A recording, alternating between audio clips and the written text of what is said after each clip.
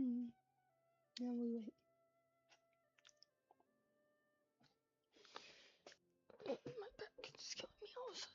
Of course it is.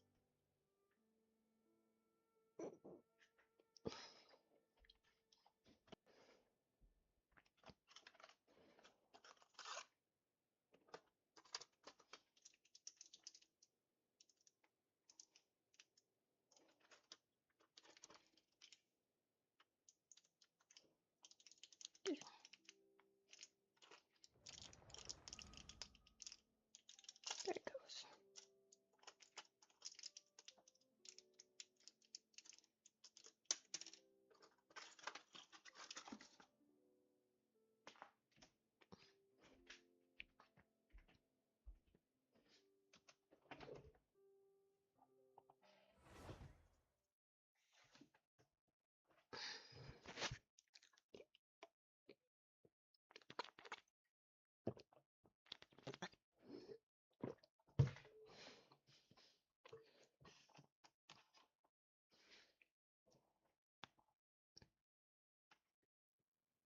Alright. We had an update. So, there's it. It says 40 days. Can do it? Can. It's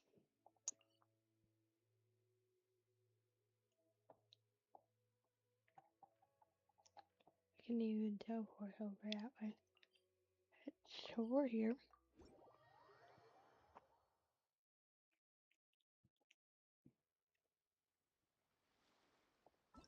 Now for anything else. There's a moon.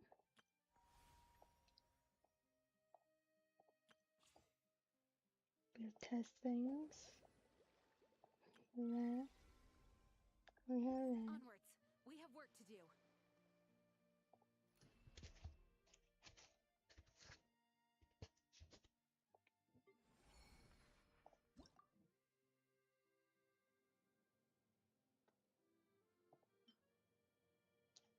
Key. Card selection.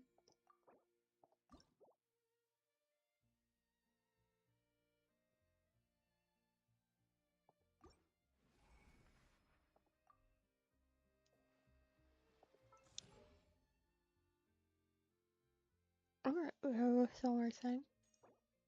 This gives us that and that.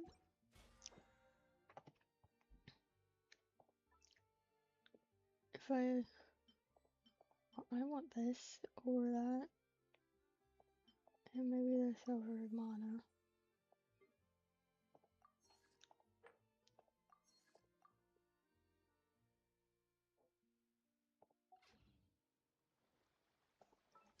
No. We have you, which I don't really want. We have you.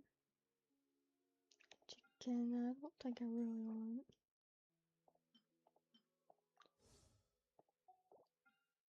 Oh, we have this.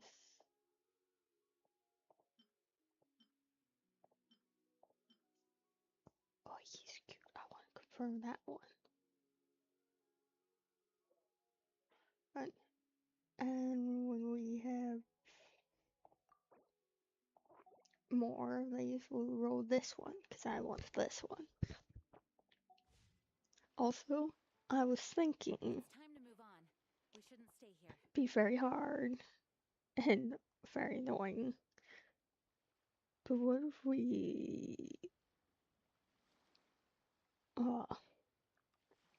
pick another section and sometime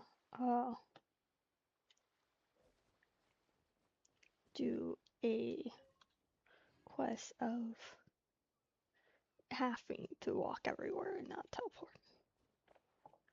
Not allowed to teleport no matter what.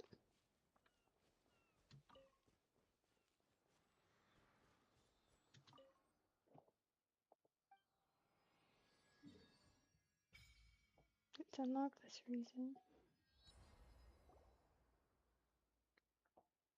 Yes, we did. Rush of water.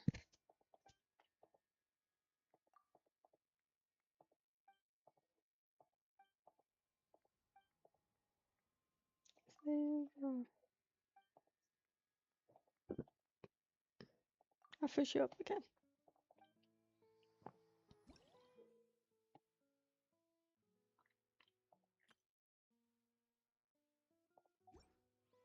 Hey! The Fontanalia Film Festival should be happening over in Fontaine right now.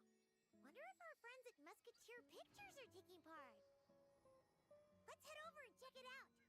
Maybe there's even something we can help with. Yeah, maybe.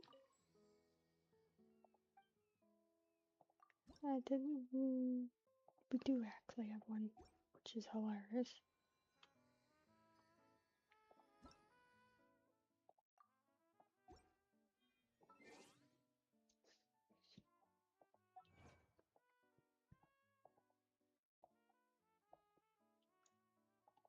We'll do that though when we get more viewers or get all of the achievements currently.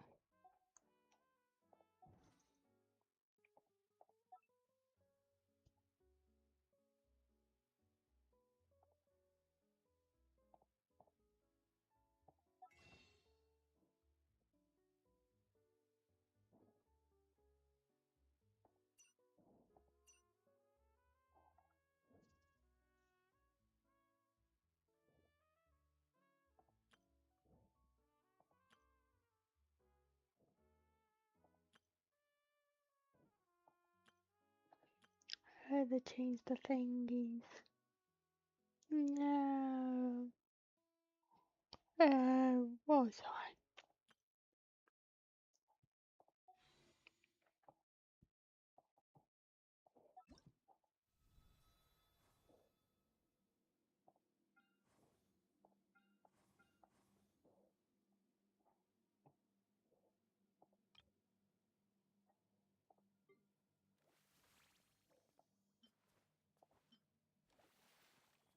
That's cute.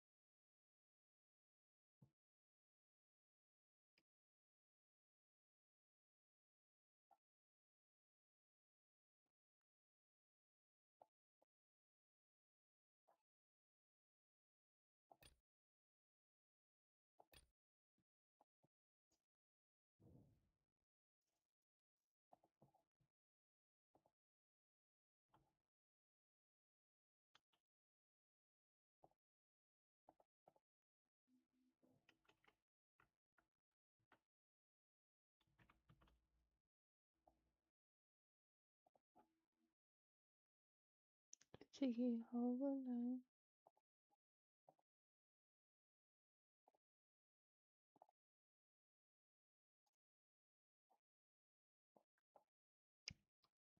Cool, I found it.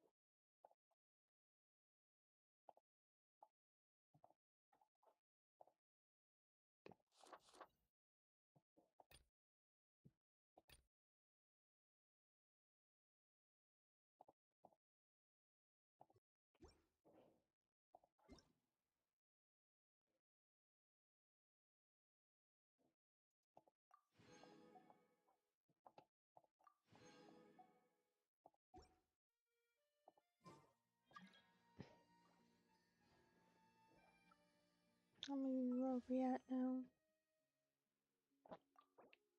We have enough to actually buy 9. Let's see if we can get the one we want. A sword. A Sword. Sword.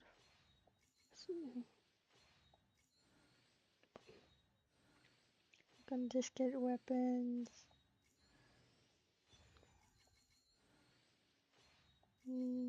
Out there.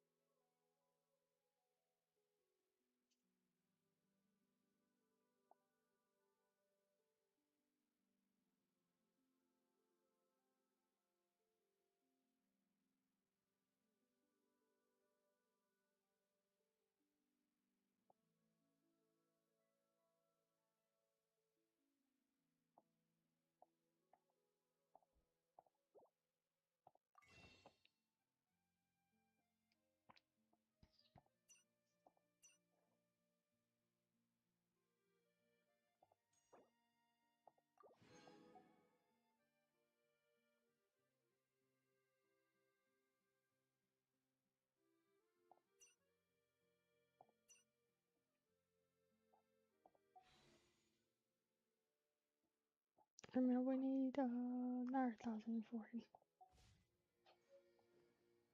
Let's grab this quest while we're here.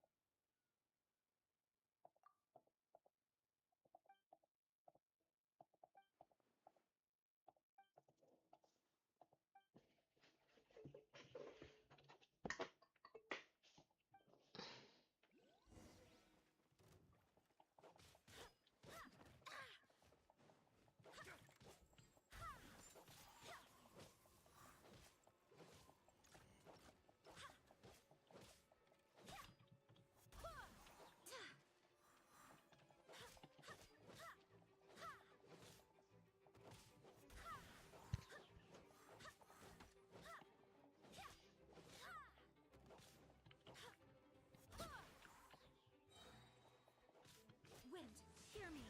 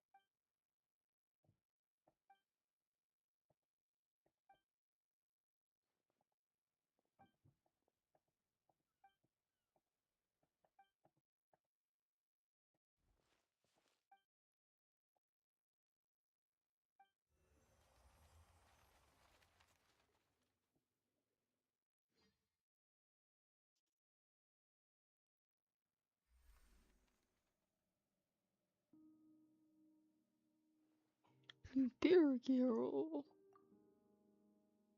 Oh, fucking up Imperial.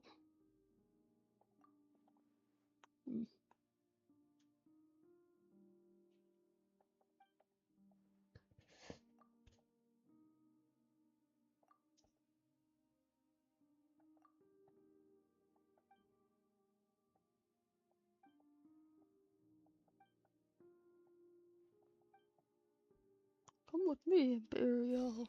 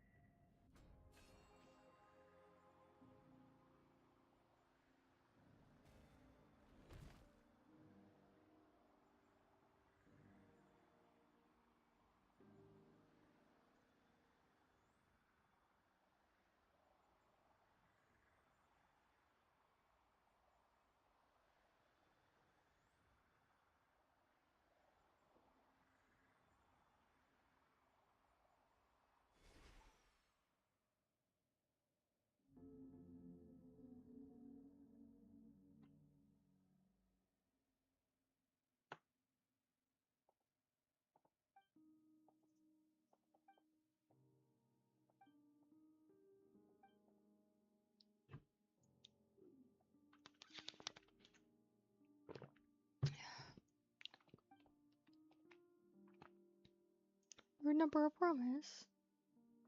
Last resort.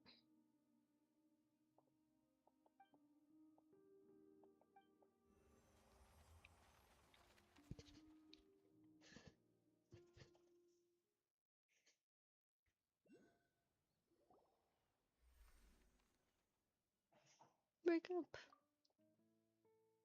Isaac.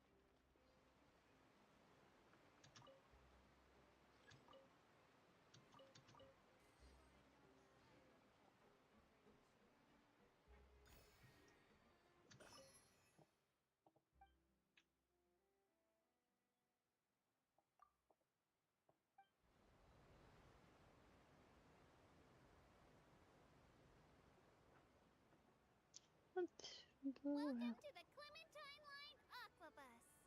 This boat tour will take you to the magnificent Court of Fontaine, the most important city in our nation. I'm Aval, and I'll be your tour guide for this trip. Even though I'm not as reliable as Elfan from the Navia line, I'll still do my very best. And if you're dissatisfied with anything, feel free to let me know right away. Oh, wait a sec. Please contact a staff member with your feedback after reaching the station, and we will address your concerns as soon as possible. Back on topic.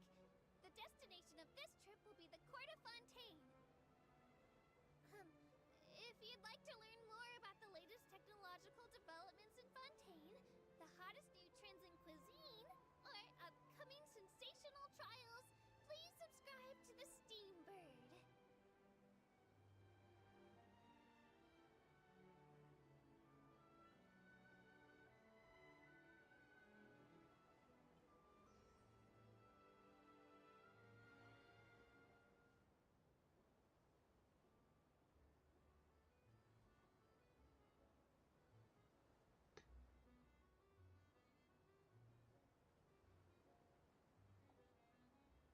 The Steambird runs lots of fantastic serialized novels, including the thriller Great Detective Herlock, which recently reached its dramatic conclusion.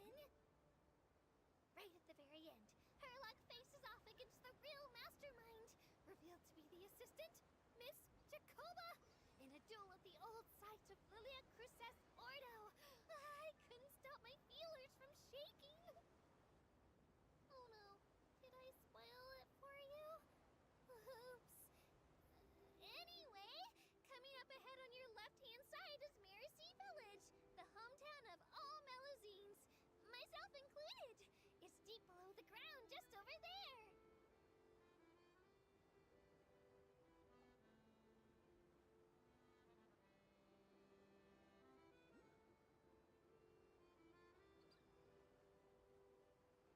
We will now pass through Poisson Tunnel. Now that I think about it, very few people tend to take this line. Maybe it's because humans don't really like deserts? After all, the most popular route in and out of Fontaine is through Liyue's Tenue Vale. I've heard that in places with lots of sand, even Clockwork Mecca will start to malfunction. I mean, no rational person would try to cross a vast, hot, and dry desert to get to Fontaine, right? I'm so sorry. I didn't mean to imply that you were irrational. Don't worry, I will be. Especially if I get fans that want me to play with this walking everywhere.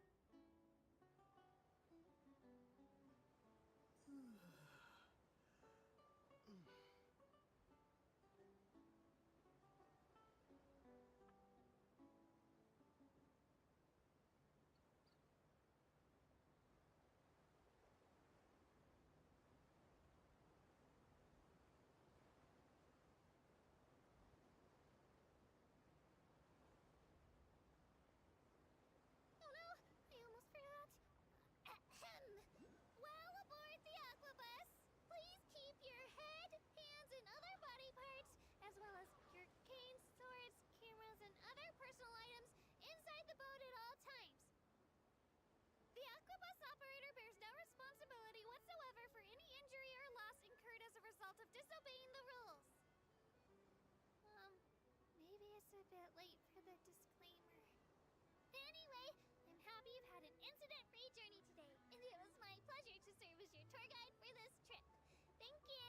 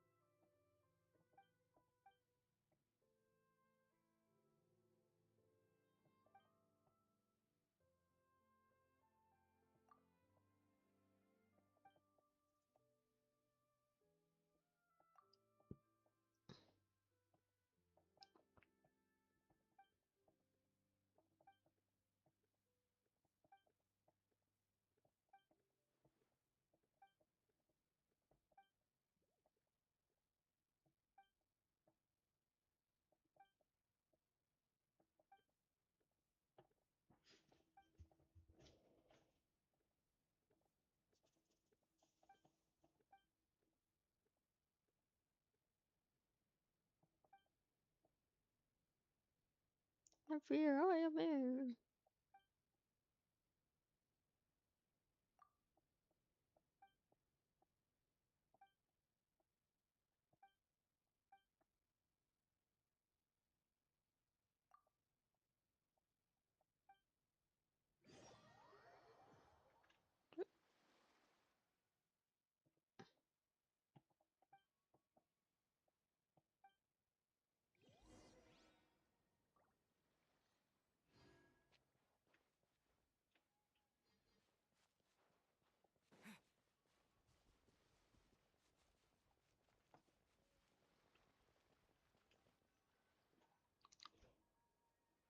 What?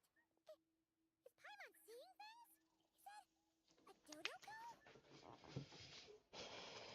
No! There really is a Dodoko over there! And it looks just like... It looks like Marmalade! Oh my, what a coincidence this is. Traveler? Paimon? Why is there something so fishy about hearing such a powerful fortune teller use the word coincidence? Perhaps, but it's no lie. This truly is a pleasant surprise. As a descender from beyond this world, the traveler's fate is not anchored in Tevat. Hence why most fortune tellers, including myself, are unable to predict your future. But happily, this particular coincidence couldn't have been any more fortuitous. And since I had some free time, I decided to perform a brief divination and follow the omen's course. Just for a spot of fun, you understand. Oh yes, and while I was following this omen, I caught a few ethereal threads of fate and glimpsed the faces of their owners. Here, take a look for yourselves. I know these people. Yes. We do not know all these people. See? Didn't I tell you? Someone with so many friends was bound to recognize them all. Hi, you two. It's been a while, hasn't it? I thought I'd lend a hand with Barbie's divination. Indeed, if Alice hadn't insisted, I'd have treated these names as minor variables and discarded them from the divination. Ooh, God, I am going to be very interested when we actually meet you in character, game story wise. But then you would have missed out on this fun little excursion, wouldn't you? Besides, as mages, we couldn't possibly disappoint the little cuties involved in the prophecy now, could we? It's the dream of every child to receive wonderful gifts, go on grand undertakings, and watch mysterious prophecies unfold. Which is all to say, we simply had to see this one through.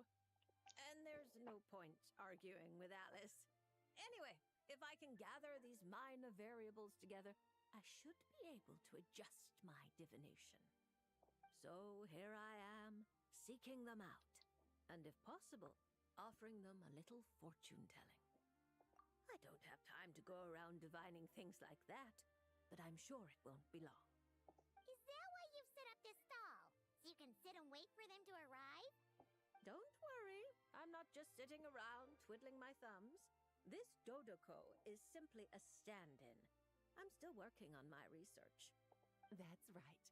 And I installed sensors on Barbie's Dodoko. As soon as the right person shows up, she'll receive an instant notification. And Dodoko will give a happy little wiggle to make sure our visitors are drawn on in. What are you doing back here? Take your arm off that. You'll knock my scryglass onto the floor. And hold that cup steady. I don't want you spilling hot chocolate on my manuscripts. What? All right, keep your hat on just 1 second. There you go, Barbie, this one's yours. I hardly put any sugar in it, I promise. When you say hardly any sugar, I can't help but feel like we're not speaking the same language. Someone needs to explain. Back to business. After we followed up on Barbie's divination, I was hoping to gather everyone up, everyone involved, that is, and throw a huge party. I've even decided how we can send out the invitations. Don't worry, I've already picked out the most beautiful birds available. Picture it. In the dead of night, a huge, pure white bird flies through your window with a mysterious letter in its beak. Then you open it, and a whole new world appears before your eyes. Unfortunately, as I told Alice, doing that would only serve to disrupt the path of fate. Besides, dealing with such small prophecies is a real pain, so it's off the cards. Oh, fate is such a spoil sport. Nevertheless, we can still have a party. When the time is right, I'll invite everyone myself. And as I do hate waiting for parties, Traveler, Paimon, can I leave the job of bringing your friends here to this stall to you? Then we'd be the ones disrupting the path of fate, right? Seeing as the people in the prophecy already have ties to the Traveler, in theory, their fates are already intertwined. If the Traveler steps in to invite them and hurry things along, it shouldn't have too large an effect on the divination. Reliable as always. For the sake of the party, it's in your hands. I promise to save you the best seats, closest to the cake. Barbie, why are you tearing that paper apart? What are you doing? I'm using it to plug my ears. Between you and Nicole, if my head isn't hurting, then my ears are. Ugh, I miss Octavia.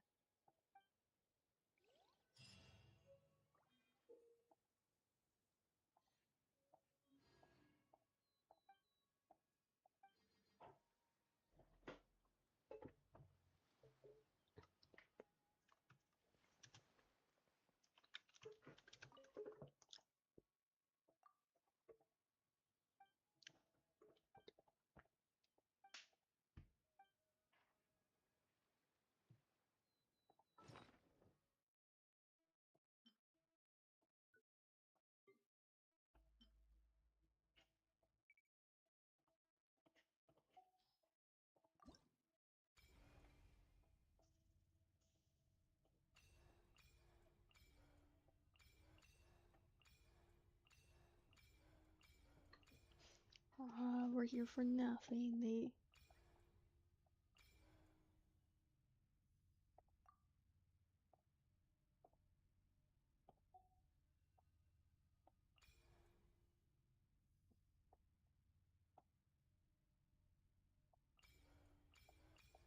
They need to be like in our deck and level 70.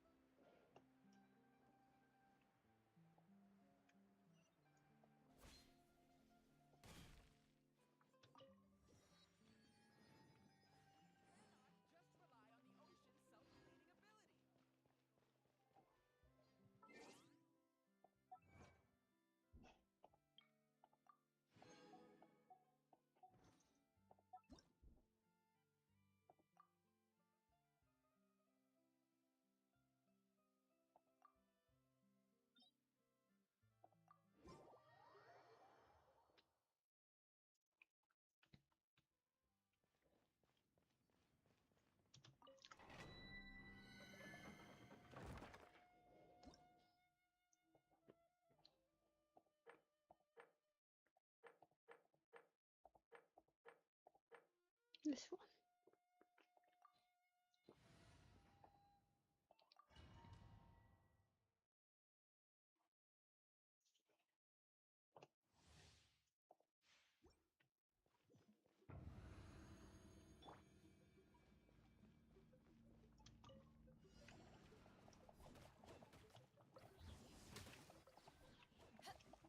Power that isn't Python!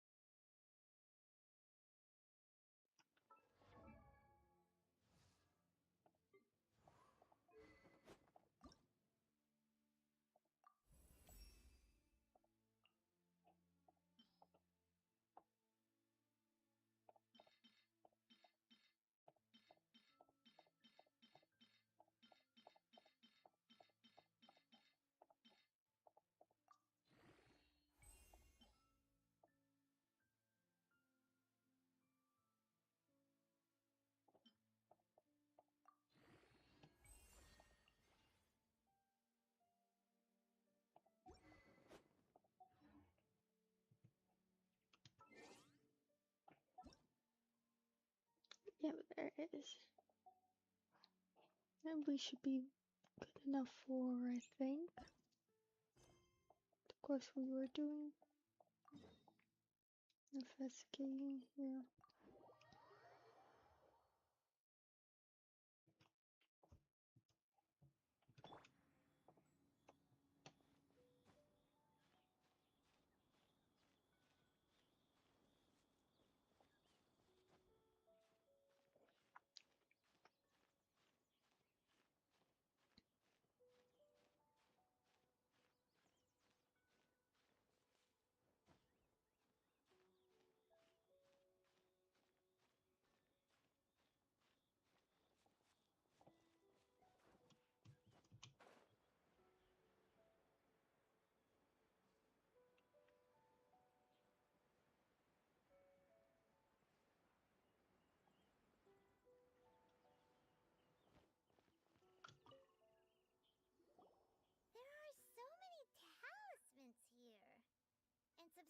blank paper too.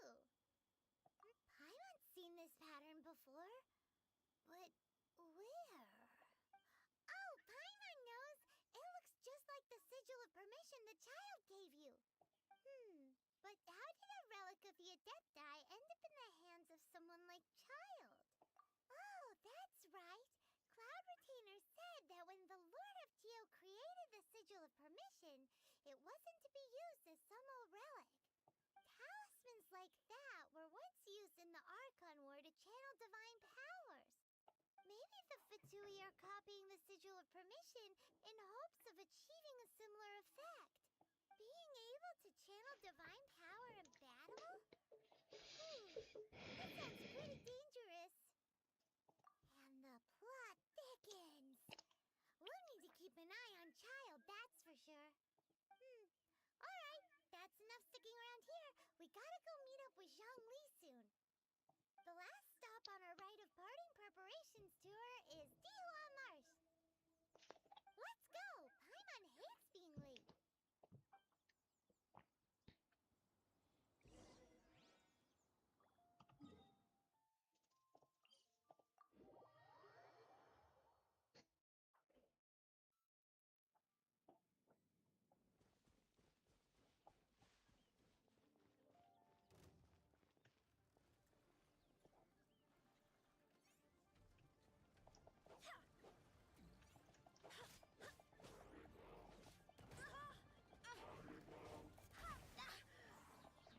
I swear by my sword!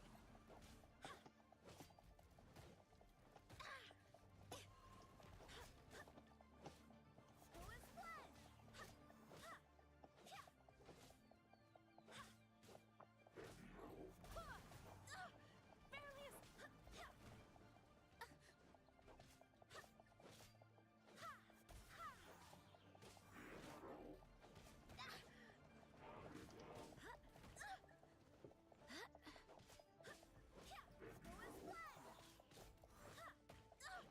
Barely a scratch!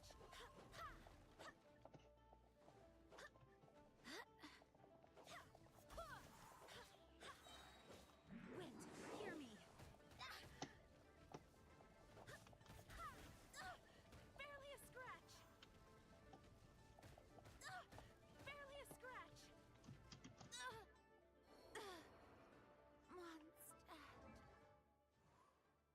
Mondstadt. Ew.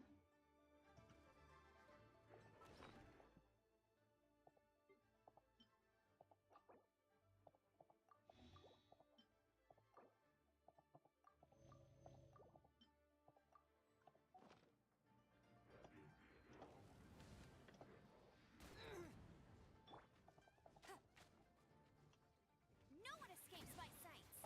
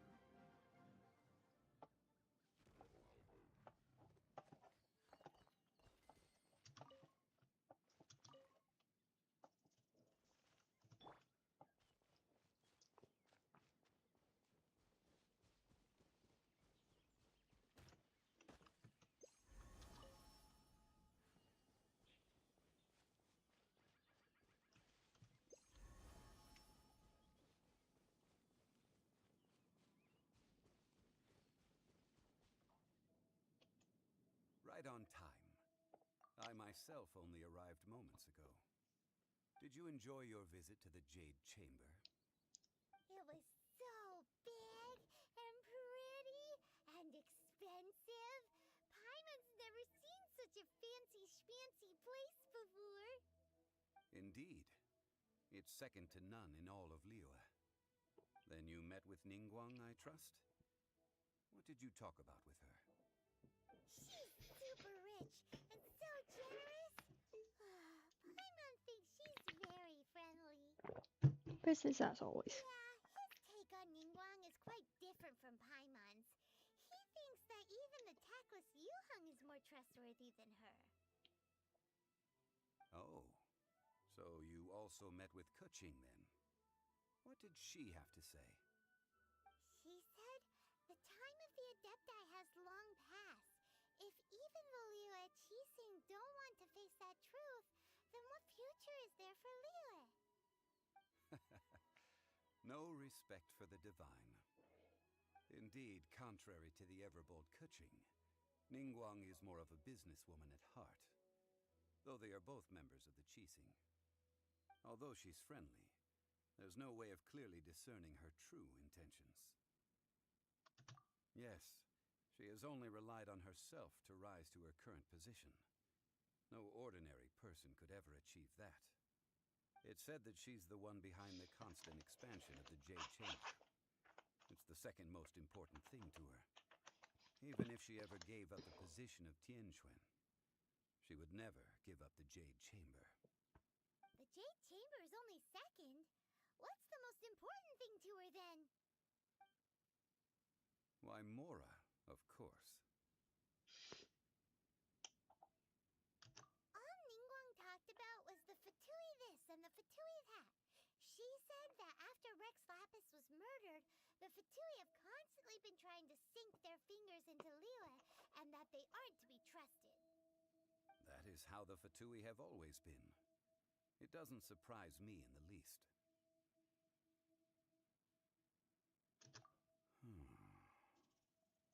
No matter what they may be planning, you must be careful when dealing with the Fatui. Always be on your guard. So, is there anything we need to get for the rite of parting in Dihua Marsh? Yes, as a matter of fact, there is. Today, we'll be gathering wild glaze lilies. Blaze lilies? But why did we come all the way out here? Doesn't the garden in Yujing Terrace have some? Even Qingse Village has glaze lilies. Oh, right! Paimon remembers that Madame Ping is always tending to flowers. Maybe we could ask her. No, those lilies have all been gardened by people. They won't do it all. Dihua Marsh used to be full of glaze lilies. It is a sort of joyful flower that listens to human song. Before the Archon War, Dihua Marsh was all dry land and fertile soil. But the war caused landslides, and the land was flooded, turning it into the marsh you see now. Nearly all the glaze lilies were wiped out. Of course, there are some kinds of flowers that have been preserved and gardened by people in the city. But very few people know that glaze lilies may still be found in the wild. Wild glaze lilies have the strongest fragrance. If we want to follow the true tradition of the rite of parting, we must grind up the wild lilies and place the powder in a censer of everlasting incense. But I'll need your assistance in gathering these flowers.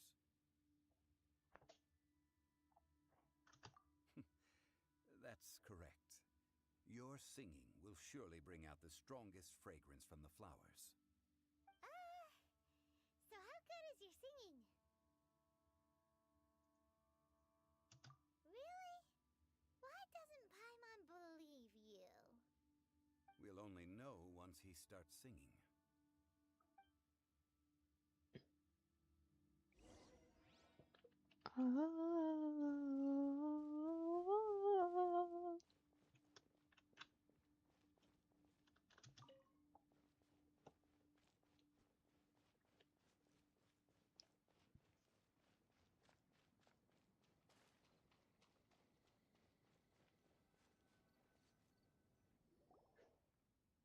It's time to sing. Whenever you're ready. Da da da da da da da da da Da, da. da. What happened? These flowers are jumping. They look really angry.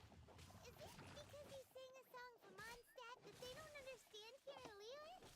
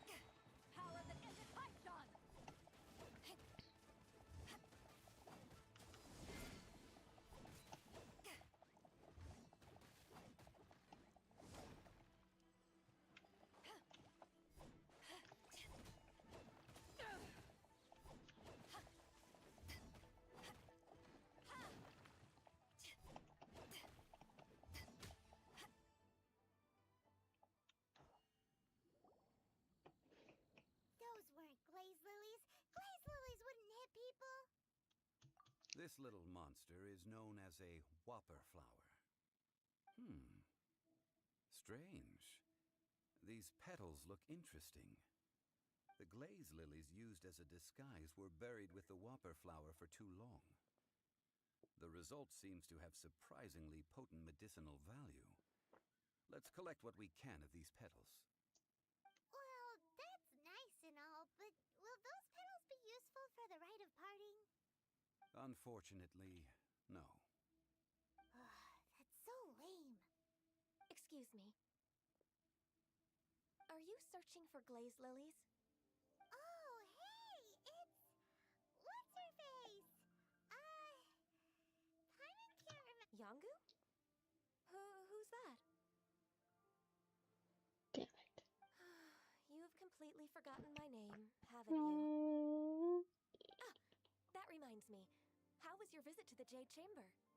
Well, it sure would have been better if you told us how to get up there. Didn't I tell you the way? Surely I did. Nope, we found the way on our own. Oh, I see. Uh-oh. I guess I really did forget to tell them. Something seems a little off about Ganyu. She's acting different from the first time we met. Where's her serious attitude now?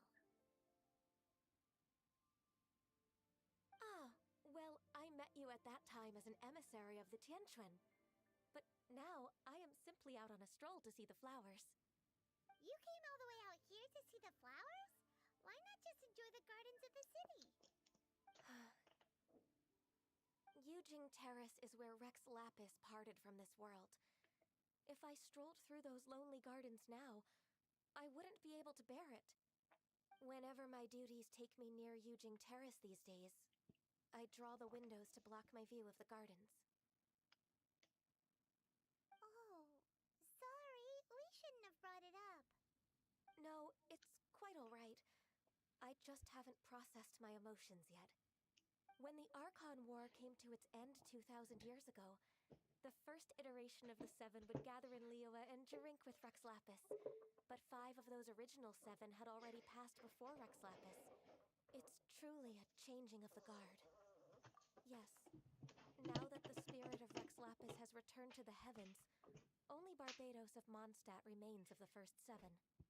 The other 5, including Inazuma's Raiden Shogun, are no longer the same friends from 2,000 years ago.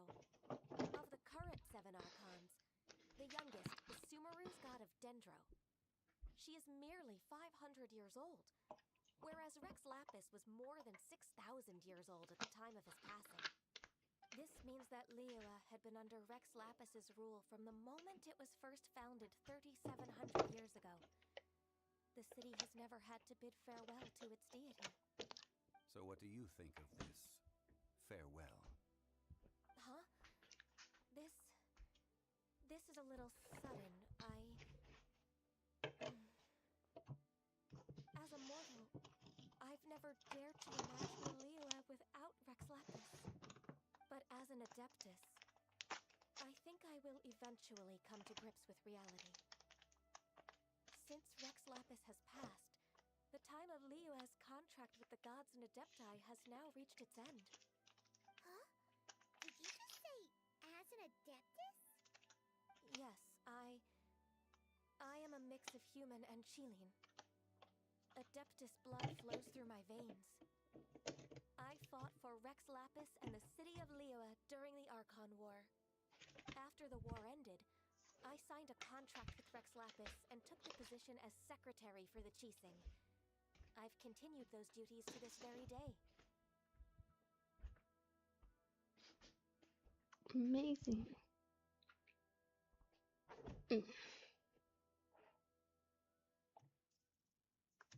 Well, let's save that conversation for another day. You say that you are here looking for glaze lilies? I also know where wild glaze lilies can be found. See, I've just picked one myself. Here, you may have it if you wish. We dare not refuse it. Oh, so did you sing a song before you picked the lily? Indeed, I did. I know this tradition well. In fact, I sang a local Liyue ballad to it. Wow, so you really know your stuff, too. Thanks, Gunyu. No, it is you who I should be thanking. If not for this chance meeting, I never thought that I would be able to contribute to the upcoming farewell for our ancient lord. If you would excuse me, I should return to my work now. Good luck. And that just about does it. Our preparations for the rite of parting are mostly finished. Given the ease of picking glaze lilies, I think this was a fitting end to our tasks, in more ways than one.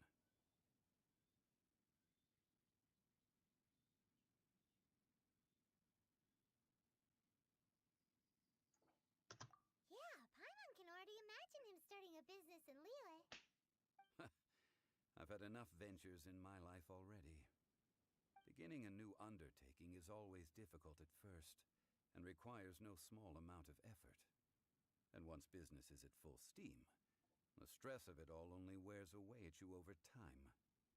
So you must be careful to take the time to step back and re-examine yourself. If left unchecked, the wear and tear on your heart may go well past mending. Wow. See? Zhongli sounds like he's already seen it all. Alright, I think it's about time we head back to Liyue Harbor now.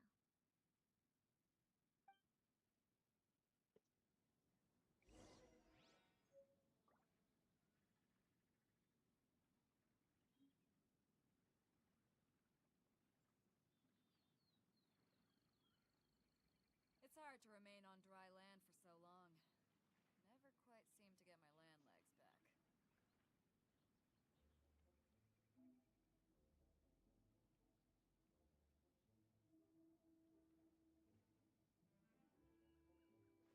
If you ever want to trade tactics, I'm always ready.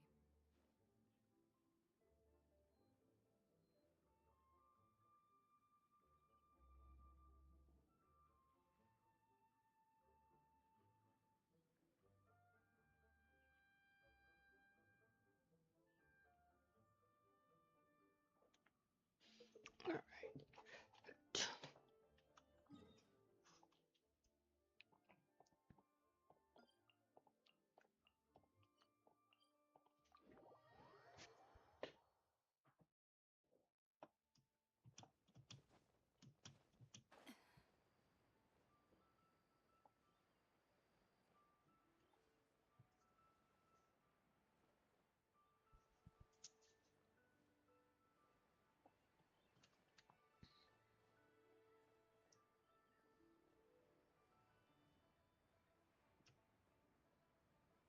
Huh?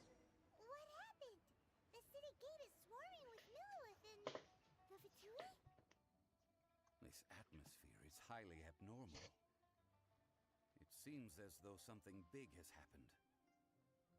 We should ask around a little, just to be safe.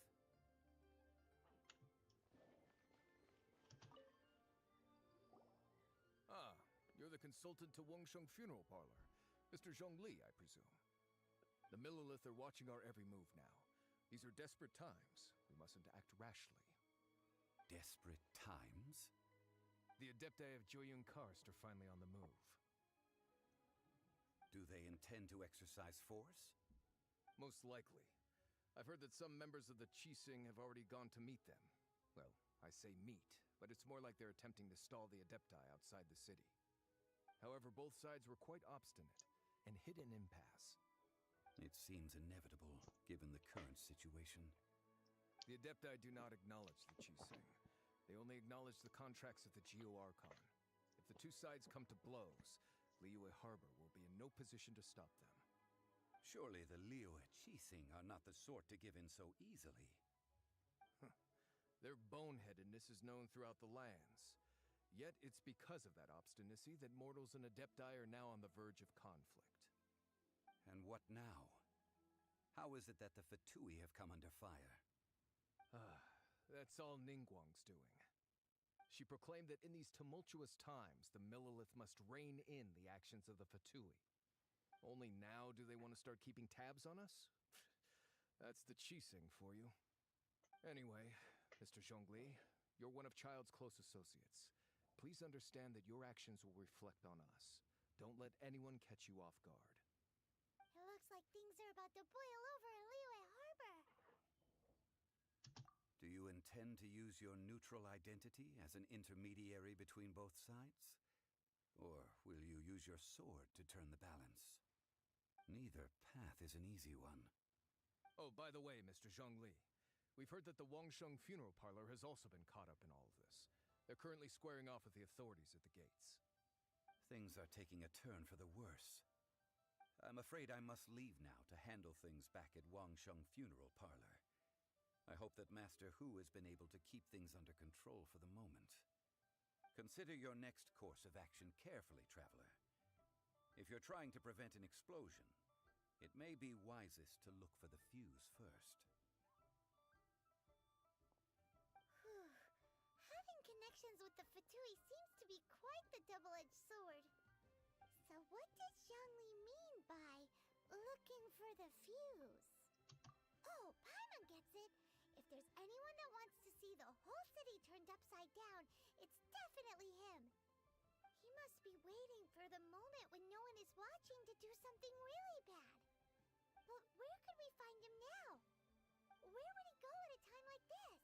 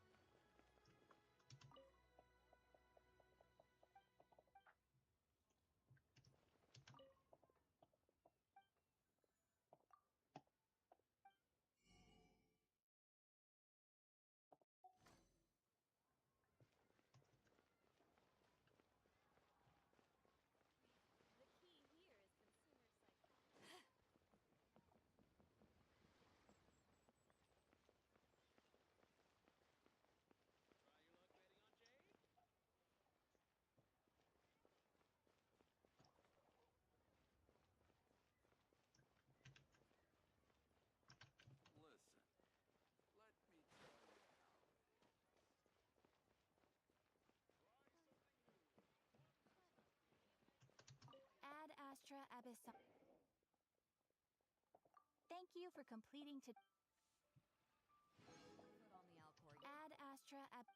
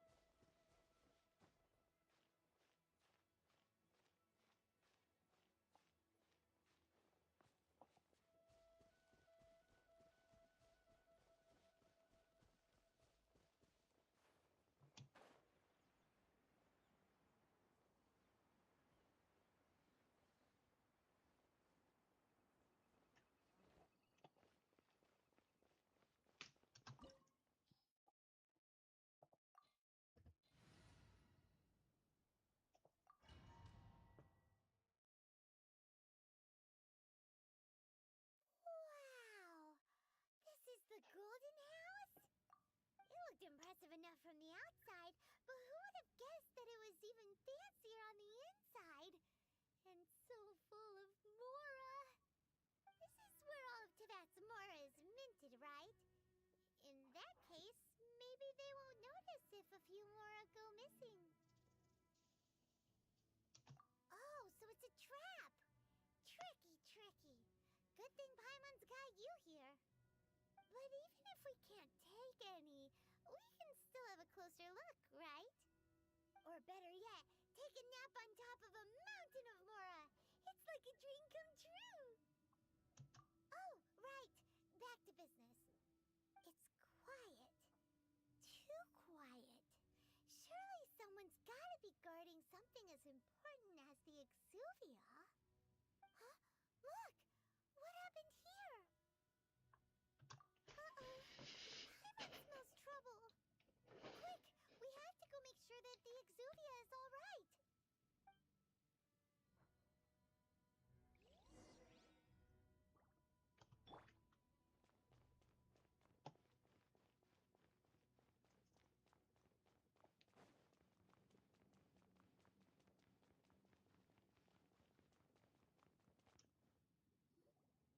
You've already fulfilled your task as guides, so why do you still linger here? Haven't you already seen enough trouble for today? Huh? Who's there? If you were Fatui, I imagine that you would be entitled to a generous reward from the Tsaritsa herself. But now, you're nothing but dross, and you're in my way.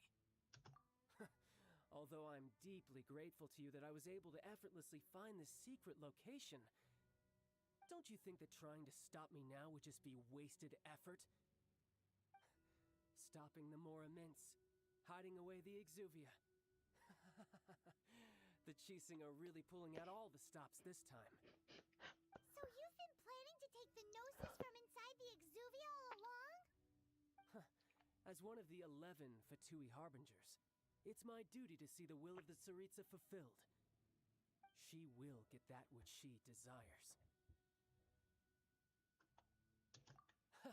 I'm not asking for your blessing, and there's nothing you can do to stop me anyway. The time for discussion and diplomacy has already passed. I mean, if it were up to me, I would have skipped that stage to begin with. But I'm willing to do as the Tsaritsa deems fit. Either way, we now come to my favorite part. A simple pleasure, and one that I am oh so delighted to be sharing with you. The battle. Battle? So you're the type that goes looking for trouble, huh? You could say that. When Signora offended the deities outside the cathedral in Mondstadt, she swiftly left the scene once her mission was accomplished.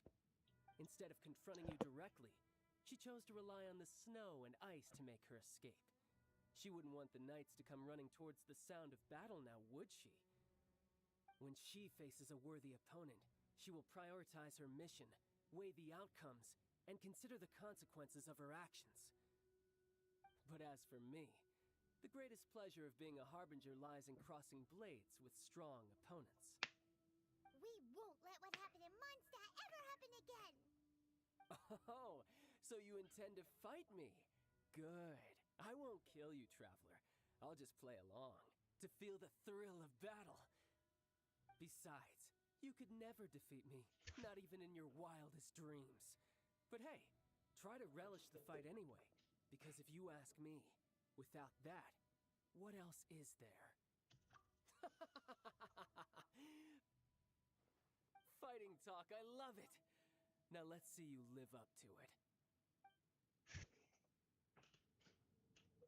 This chance is hard to come by, so show me all you've got. So very few ever get the chance to square off with a Fatui Harbinger. So come now, amuse me, and don't you dare disappoint.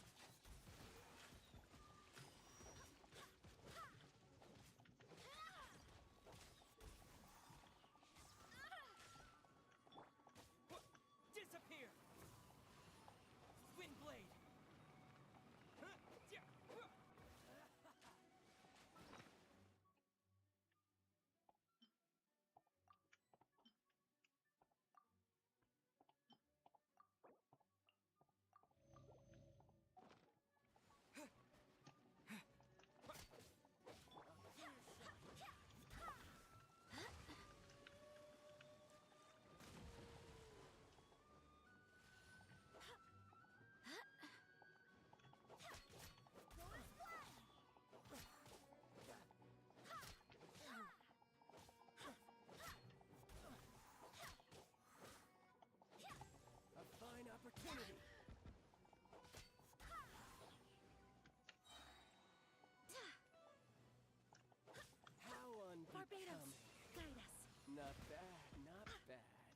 Not bad.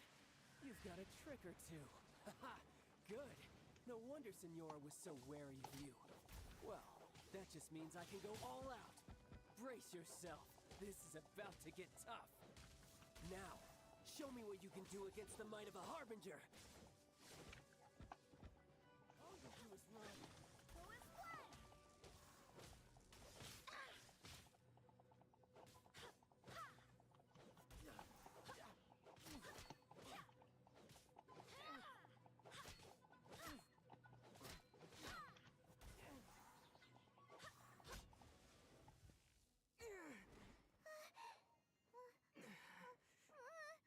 Not bad. Your swordsmanship is quite impressive. But that's about as far as you'll get.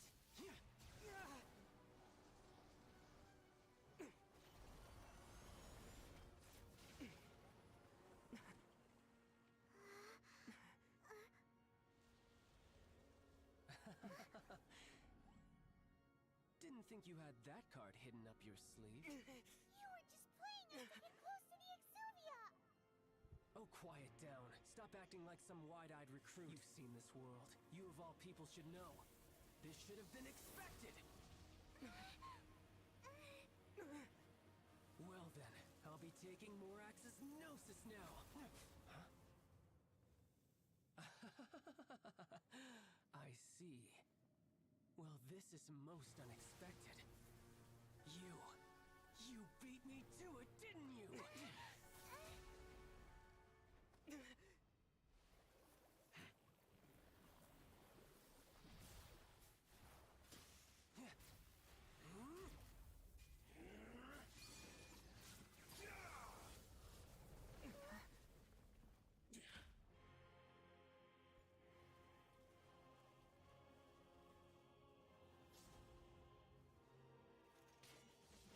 Not bad.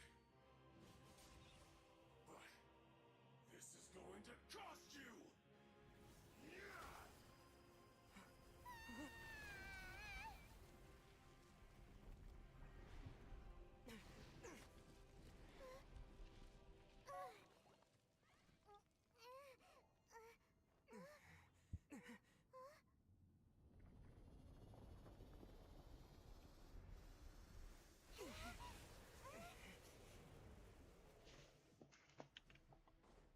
You got to the Gnosis ahead of me, didn't you? Did you simply move faster? Or did you leak the information regarding the Golden House to me on purpose? No matter. Hand the Gnosis over. Now! Don't make me take it from you. I don't have it. We didn't take it! Wind, hear me.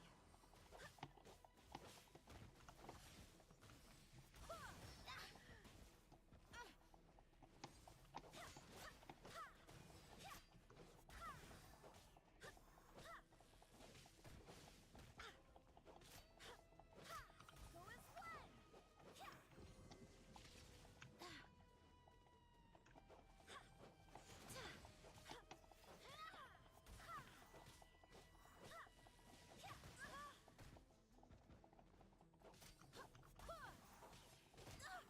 Barely a scratch. Some you win, and some you lose. Look! Child's back to normal again! Well then, time to cool off. It seems the burden of the foul legacy transformation was too great for my body. I lacked the opportunity to think this through. And now that I consider the matter more carefully, you never had any chance of beating me to the Gnosis.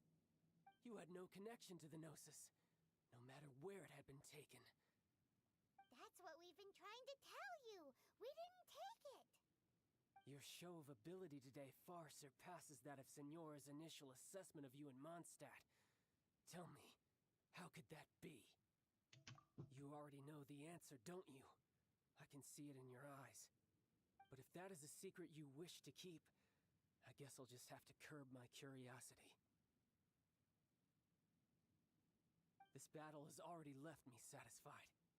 Anyone who strives as I do to grow stronger shall be called a friend.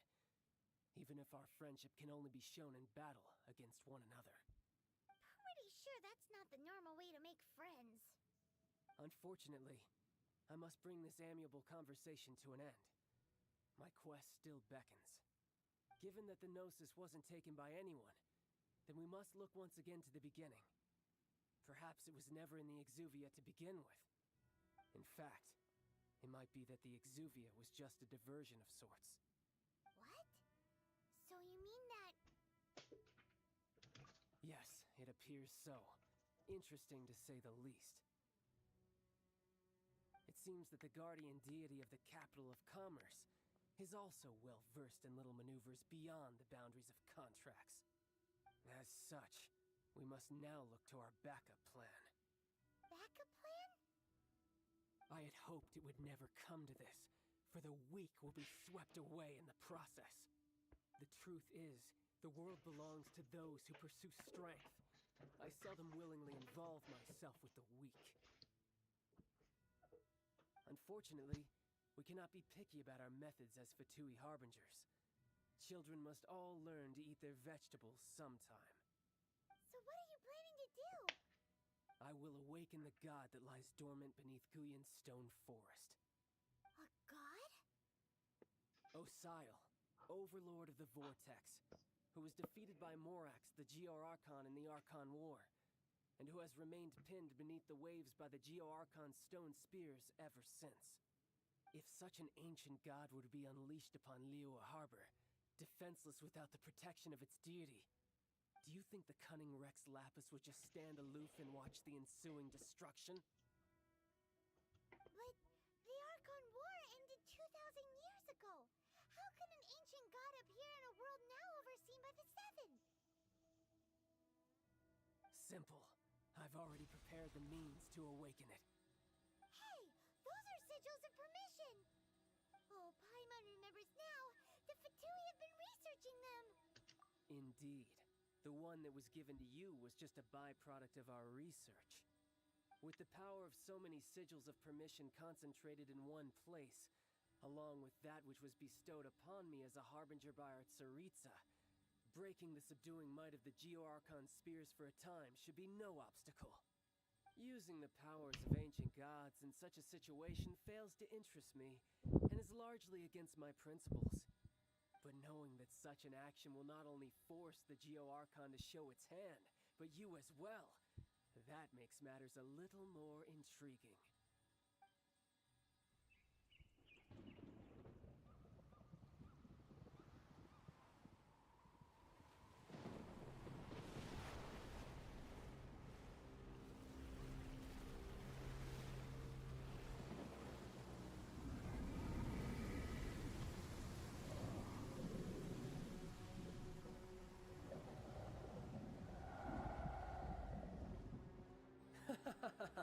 Let's see. Will the nation that has lost its deity be swallowed up by an ancient malice once more? If you wish to drown together with the people of Liyue, you're free to stay and enjoy the show. Huh? He's already gone. That guy is fast. What's going on?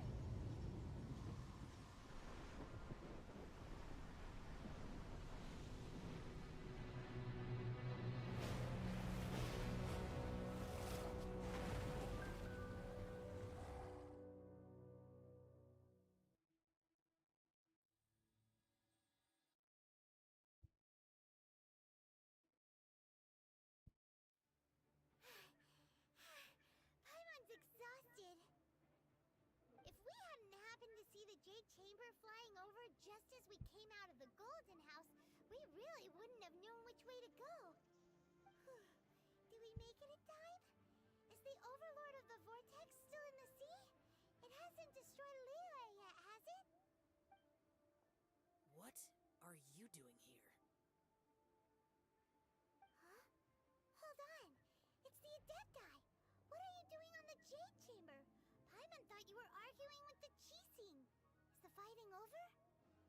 Faced with a calamity of such magnitude, we have agreed to put our differences aside for now and unite against this common enemy.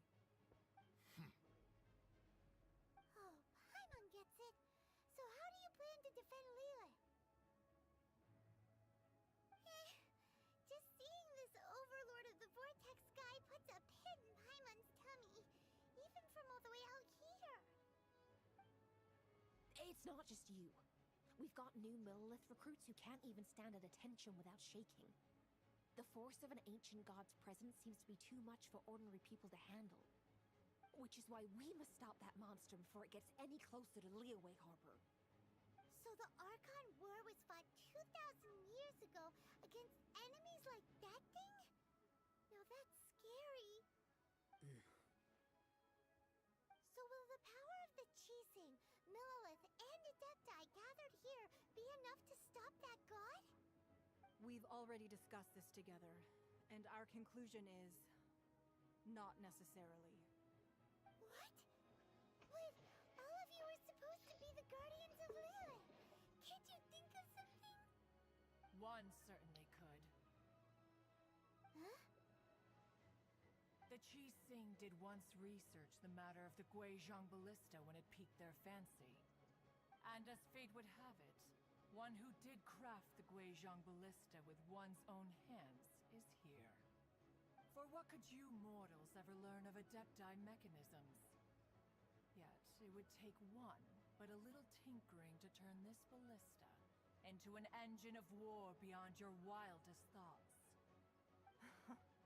I suppose this is one blessing from the Adepti that we should be thankful for.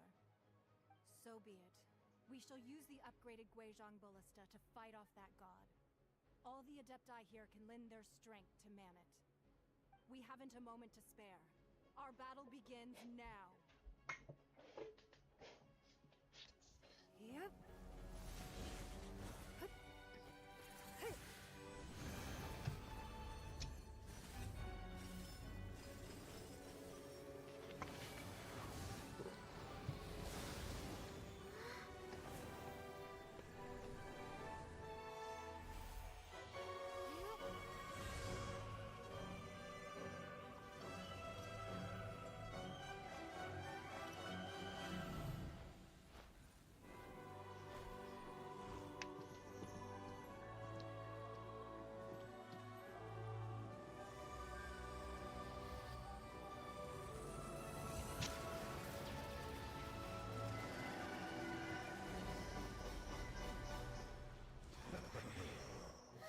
The Fatui! They're attacking the Guizhong Ballista!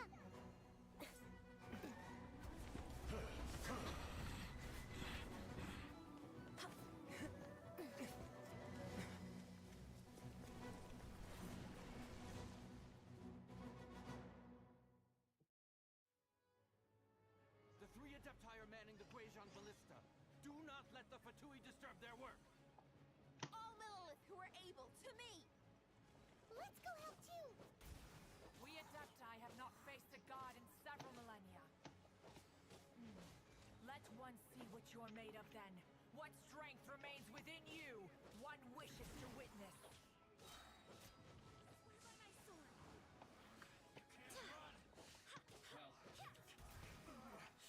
Looks like I went too far. You're back into it. Skill is blood! My work finished.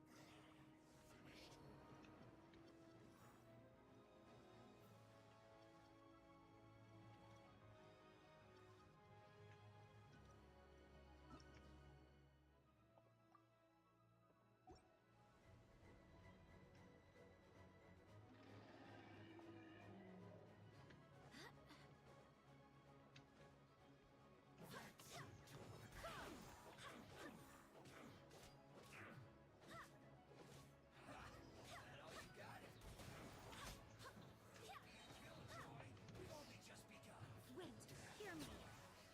Miscalculated.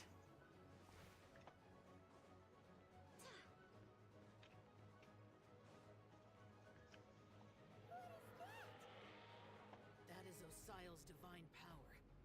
I am very familiar with it. Be careful not to get hit.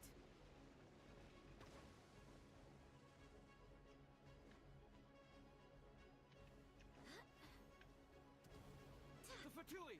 Their attacks are unrelenting! How daring. Snezhnai's diplomats will answer for this afterward. Every last one.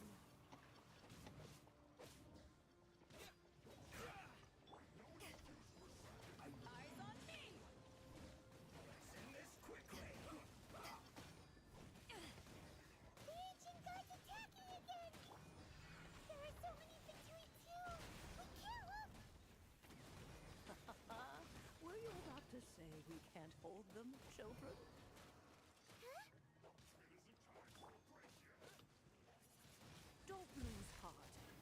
Take this. This is adeptal energy. That light from your body. It's like the time in Julian Cars. Wow, it's Madame King's shockwave. This granny's really strong.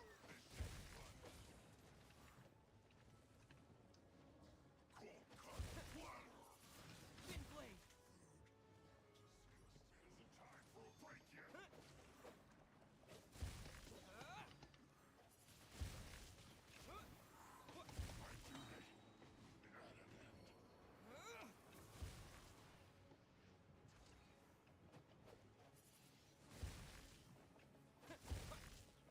No slacking on my work. With the blood of the Chilean, I guard you against evil. Cast your fear of injury by the wayside and fight with all your might. I too did this during the Archon War. So this is what Ganyu's like in a fight.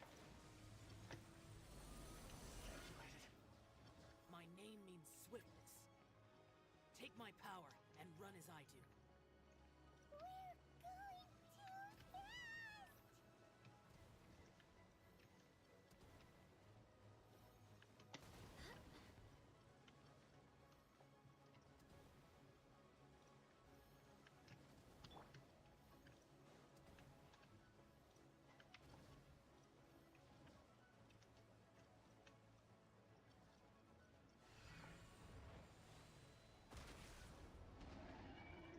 Child, you are strong in body and spirit.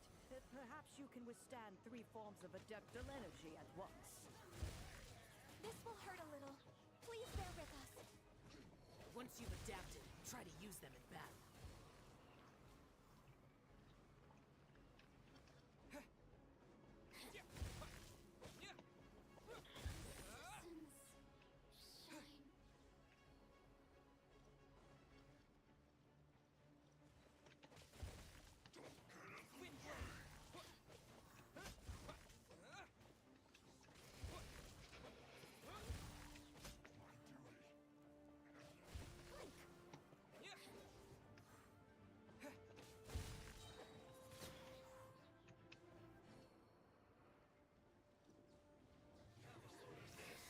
Exercise caution. I fear that the god's power has reached its peak. In other words, if we hold here, there's nothing worse to come, right?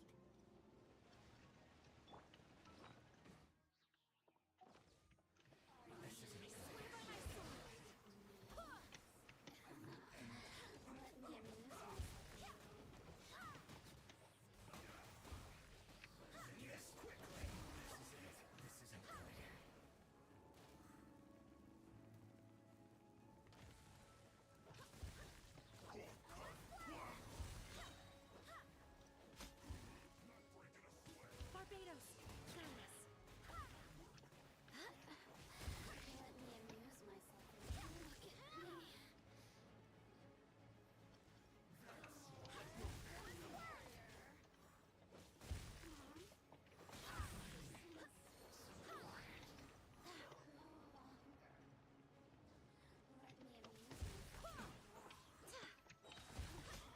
I swear by my sword, the Fatui's numbers are fitting. Fight on, comrades. Once we finish this lot off, the Adepti will be able to deal with the god in peace.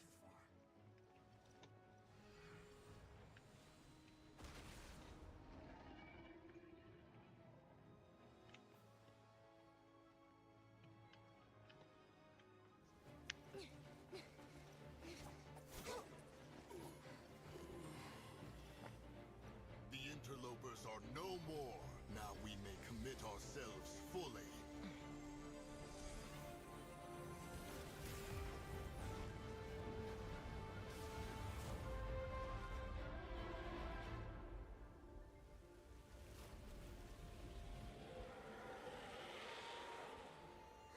It's working.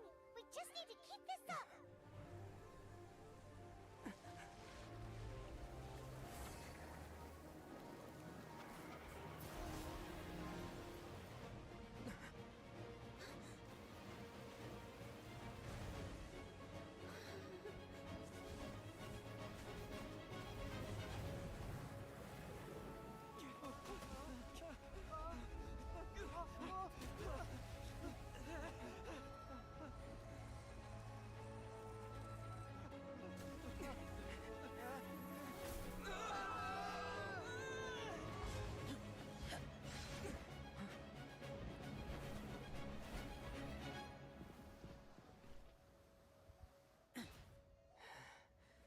careful now. The Guizhong Ballista is destroyed. Without its covering fire, retaliation shall be difficult. But the Jade Chamber is our last line of defense. We can't give another inch, no matter what. I have another idea. What do you mean, Lady Ningguang? I'll sacrifice the Jade Chamber. What is the meaning of this? I understand. Traveler, lend me a hand. Farewell, old friend. Goodbye for now. Let us meet again in the future.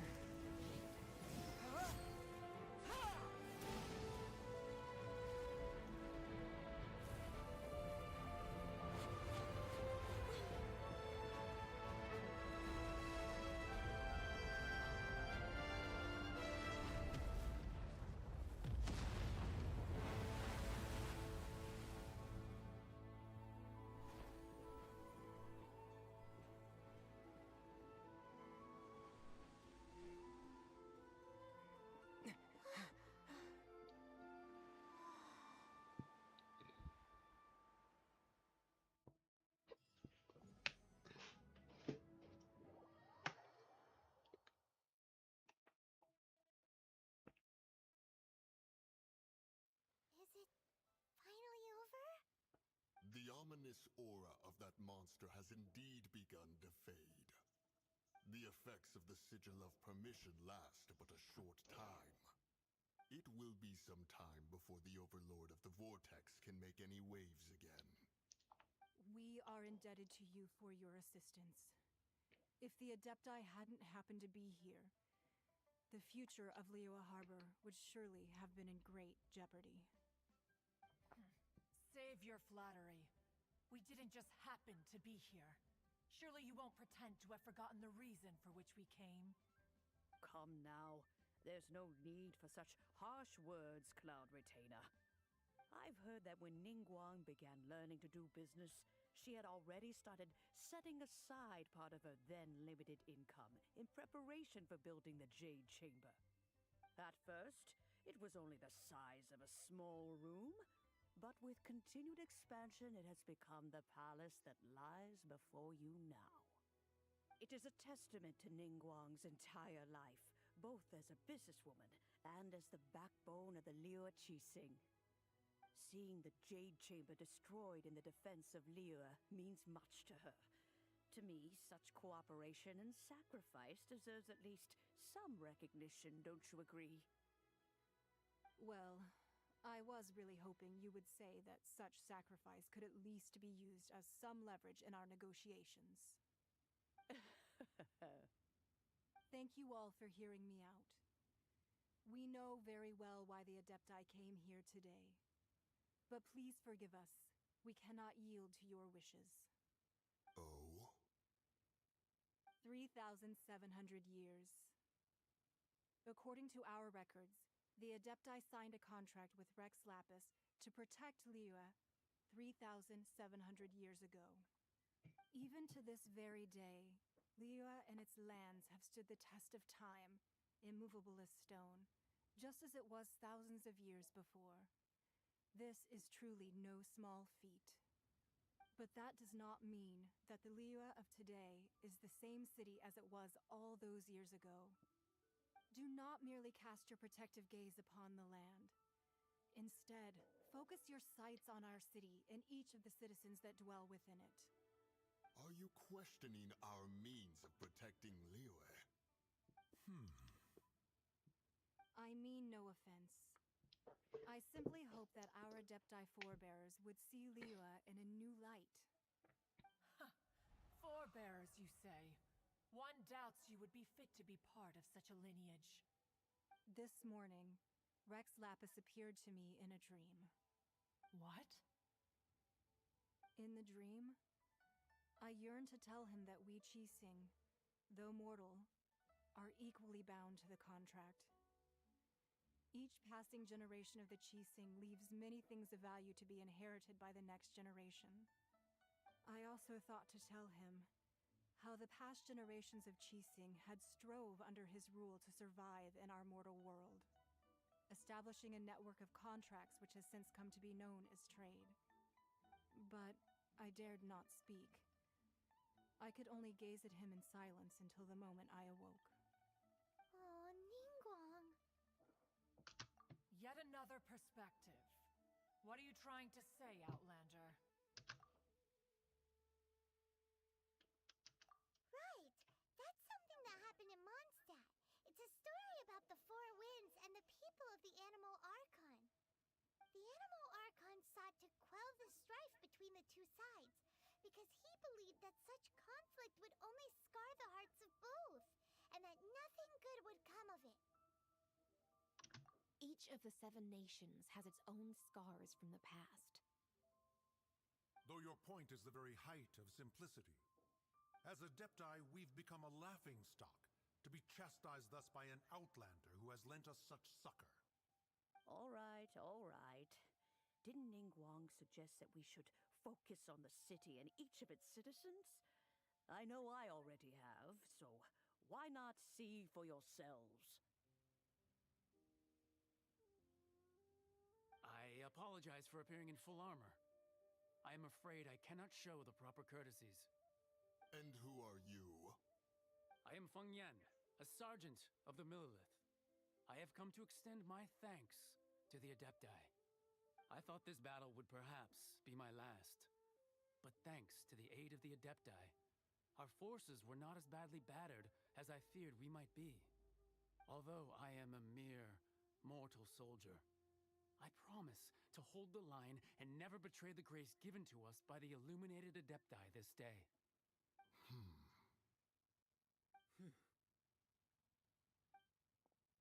Huh? Why does everyone look so down? Didn't we just beat that big monster? Weren't you frightened, dear? It was quite the predicament. I wasn't afraid. All the strong Millelith guards were there, and those powerful heroes with their visions were there. Everyone was there. When danger is near, everyone always protects me. And the rest of the time, they make fun toys and tasty snacks and loads of things that make the harbor so pretty. Thanks for protecting Liyue Harbor. Please come visit us for the next lantern rite. Unfortunately, we wouldn't be able to participate. Huh? Because we are Adepti. Oh, okay. It must be hard being an Adeptus. Oh. You see, this is what Liyue is like today. The country of contracts is grateful to the Adepti for their protection, but it is no longer necessary for the city to rely on the Adepti's power to solve every little niggling matter. Although their blood is weak, there is still strength to be found in those we call mortals. The time of contracts between gods and Liyue has long since passed. Now is the time of contracts between Liyue and its people. Seeing the port around us now, it is hard not to feel a bit out of place. Wouldn't you say so, Cloud Retainer? Your line of inquiry is askew. One did not spearhead this expedition to Liyue Harbor. Seems like the Adepti have had a change of heart. Let us return now. Eager to leave, Conqueror of Demons. Yes, one understands what the Conqueror of Demons means. The city of Liyue has changed much after our long separation. One fears that by the time one finally grasps the new contracts of Liyue, you humans would have once again changed the place beyond recognition. Fair enough.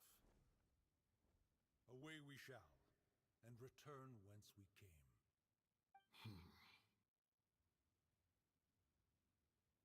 Since we Adepti have consensus, then one shall persist no further. But how will we ensure that the Liyue Qixing will not simply exploit their power once we depart? In my view, that is still a thing to be guarded against. All It seems to me that this right of supervision is best left to the people of Liyue.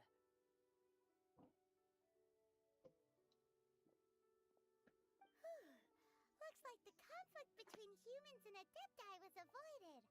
All's well that ends well, huh? Oh, right! It's nice that we've got peace and all, but we're forgetting one thing.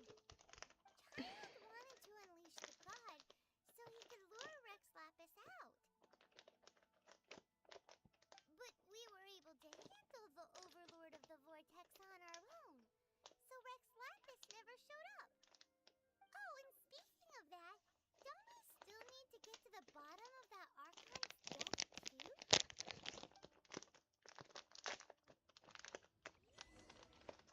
Paimon doesn't get it. But isn't the strongest lead we have the Adeptiless rite of parting that we're organizing? No idea where Zhongli's gone. Let's ask for him at Wangshen Funeral Parlor.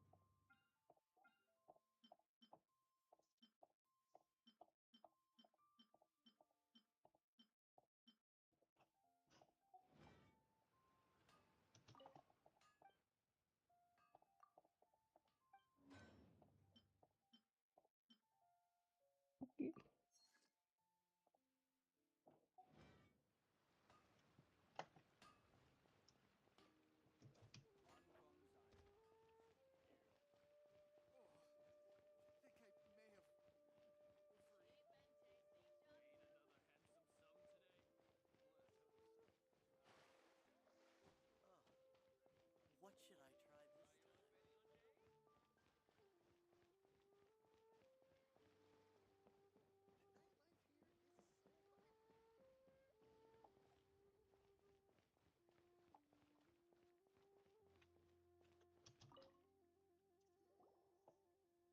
Is there anything I can do for you two?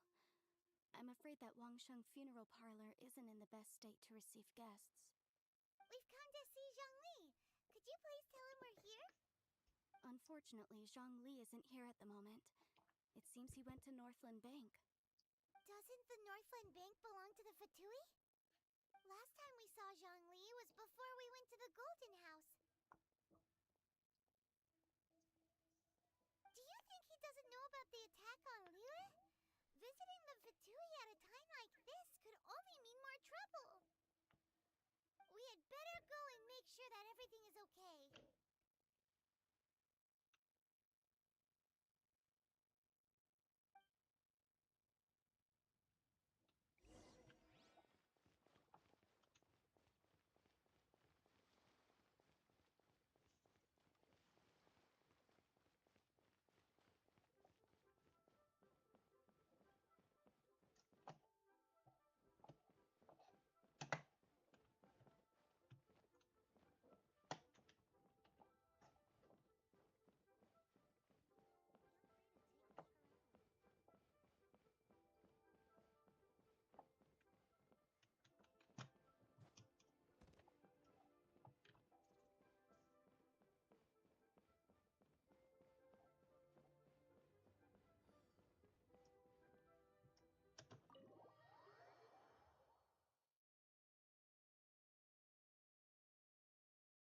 all this cooperation between Harbingers? Cooperation involves communication, you know. Don't take it to heart, child.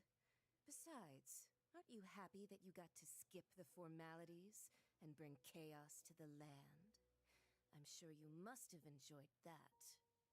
Oh, it seems that some of your friends have arrived. Hey, it's Zhongli and Child. And you! You're also one of the Harbingers?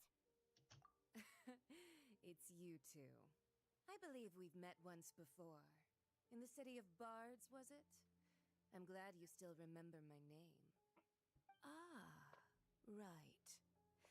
I imagine that it must have been rather hard to forget watching helplessly as something precious was snatched away from your friend. Well, if it isn't you two. This is our first time seeing each other since Liyue was nearly wiped off the map. This is certainly a bit awkward, wouldn't you say?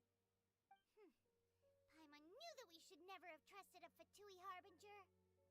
Oh, now don't say that. Sure, I may have misled you, but I never had anything against you personally. Besides, I thought we were getting along quite well together, didn't you? Except for that little tussle we had at the end. Nothing personal. We just have different views, that's all.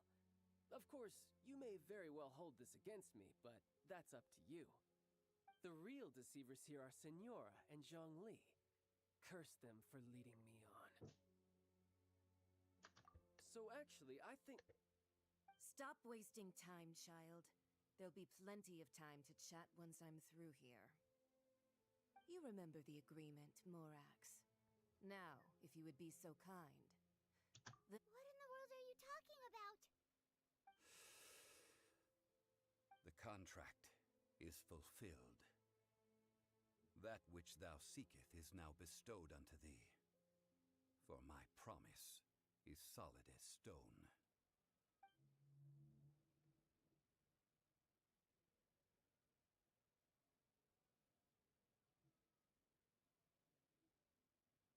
How sanctimonious. What? So you're the Lord of Chio? No, wait. That's an exciting twist and all, but why give the Gnosis to the Fatui? I do not give it for free. I give it as agreed upon in the contract, for it is a matter solely between the Tsaritsa and I.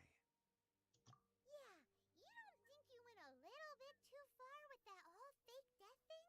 Everyone was preparing the ceremony for you, and splat! This big dragon falls out of the sky, and all of Lyric goes into an uproar. Talk about a disaster. Gathering all the forces that had been bubbling behind the scenes, and then stirring them together in a pot that was bound to boil over. That's what he wanted to see, am I right? Wait, what? Perhaps it's best that I explain. As you know, I've dwelt upon this world for more than 6,000 years. It is now 3,700 years ago that I founded Liyue together with the Adepti. Even boulders that can withstand whirlpools will erode with the passing of time. I kept convincing myself that cracks had not begun to form, and that the end of my time had not yet come.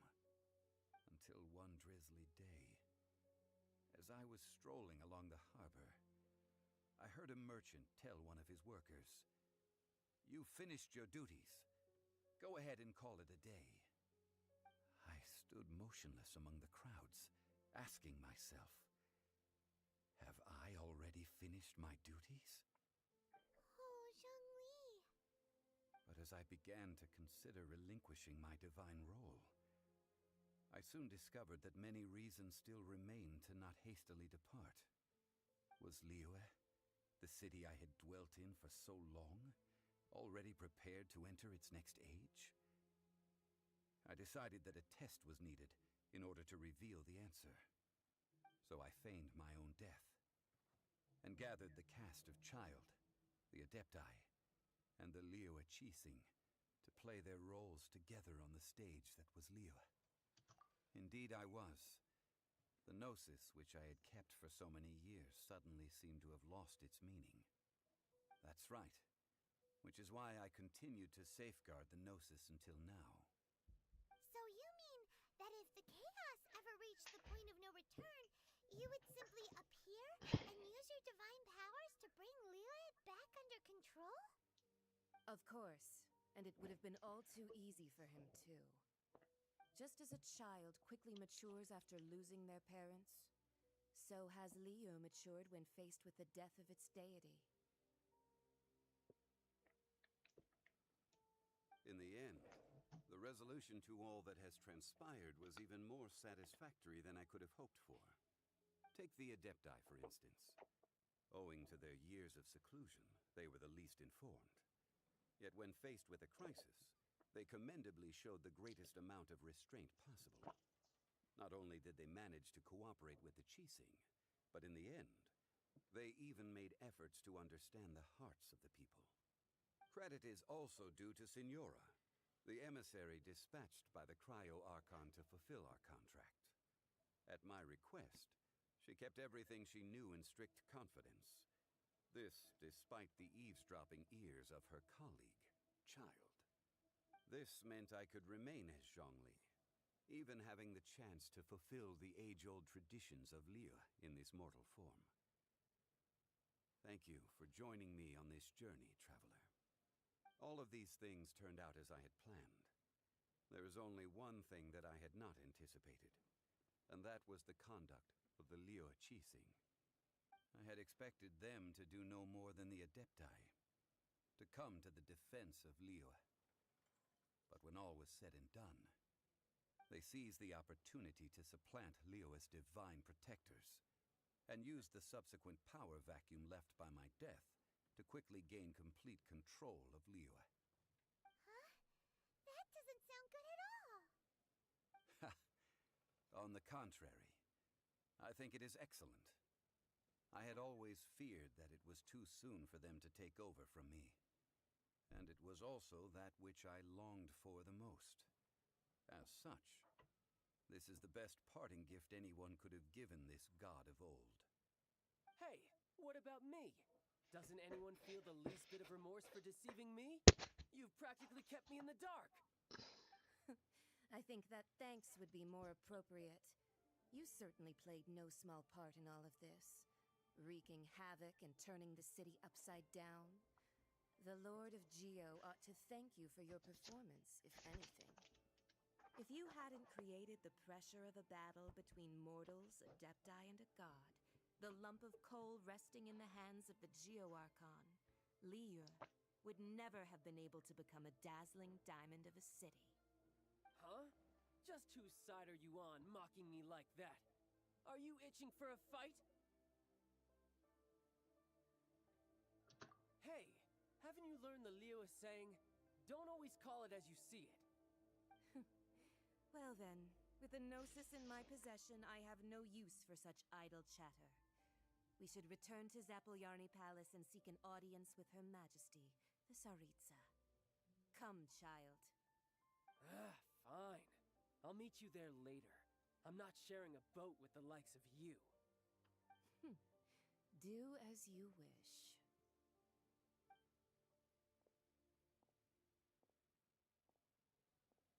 Now then, is there anything else you wish to ask me? Right! As Zhongli always told us, a good trade is a fair trade. Paimon has no idea what could be a good trade for a Gnosis. Realistically speaking, there is no such thing. Huh? However, I am the god of contracts. For thousands of years, I have made countless contracts. If the deal was of no benefit, then I certainly would not be inclined to agree to it. My agreement with the Cryo-Archon will be the last of my contracts as the Geo-Archon. My contract to end all contracts. As for the bargaining chip that the Tsaritsa used to balance the scales, uncover that answer for yourself in your future journeys.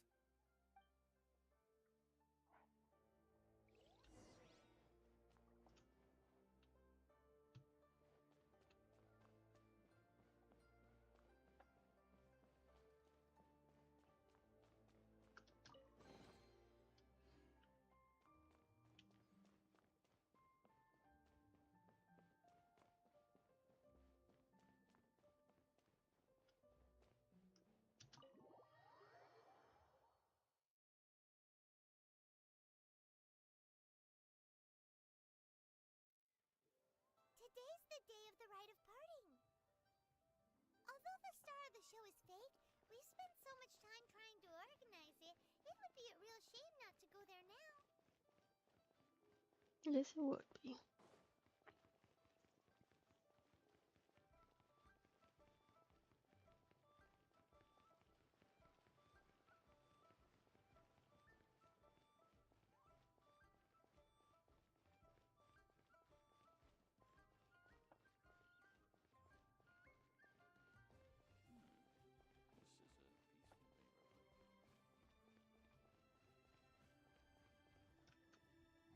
Well, since we're going through with this rite of parting, I guess it means that those rumors hit the nail on the head. So Rex Lapis is really... But they didn't catch the culprit, did they? Oh, come on. Do you think that the assassin could have been a normal person? You know what I think. I don't think any of the gossip on the streets you hear from those shady types is worth anything. There's only one real possibility in my mind. I've heard that the assassin was that Fatui fellow. Youngish, pretty high in rank. I think they called him Child.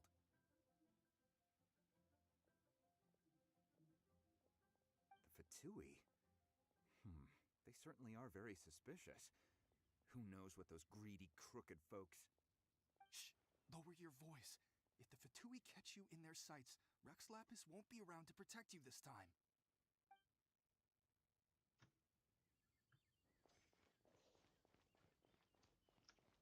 You know that god from the ocean couldn't have just shown up out of nowhere. I mean, it's been 2,000 years since Rex Lapis subdued it.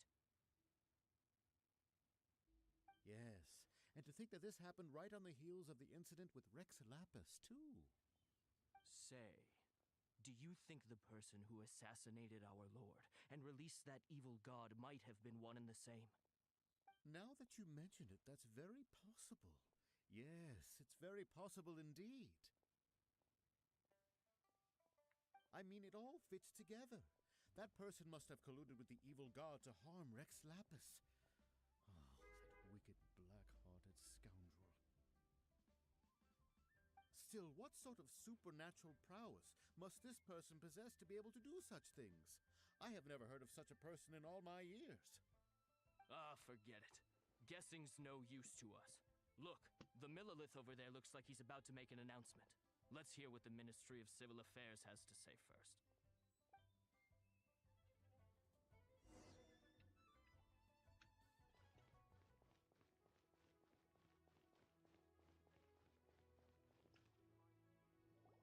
Hear ye all! The Qixing's words. Though a dragon soars ageless as the mountains, it too must return to dust. This is common knowledge. Gods and Adepti live glorious lives, but both light and shadow have their season. So too must they face divinely appointed trials. Rumors and hearsay abound on the streets that Rex Lapis was murdered. Now, let the truth be revealed. Having been thwarted in his trial, Rex Lapis's soul has recouped the celestial heights. He beseeches the people of Liyue to grieve not, and to let not their hearts be saddened. Nor are they to believe street-born rumors, or indulge in baseless speculation.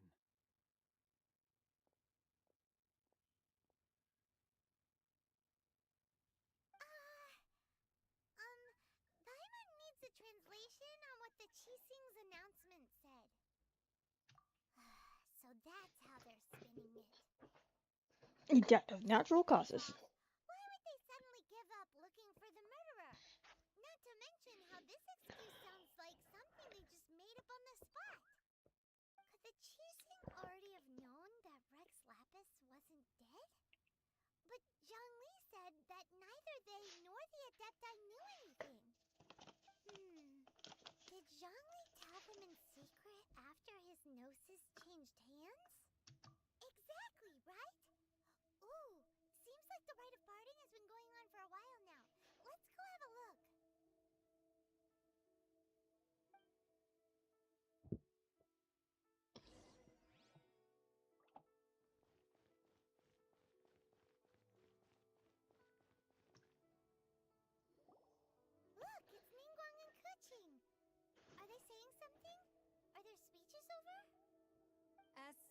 previously, Rex Lapis' soul returning to the heavens is the end of the contract. And it is also the end of an era. 3,700 years of contracts burnt and reduced to ash. We, the people of Liyue, were indeed prosperous. But blinded by our prosperity, we forgot that time can be pitiless. The long, unending dream of our Archon walking among us. Now that we have awoken from our dream, we must learn to say farewell. Will you stand with us as we re-establish our contracts? As we build a new age of prosperity? So concludes the words of Her Eminence the Tianquan. Does Her Eminence the Yuheng have anything to add?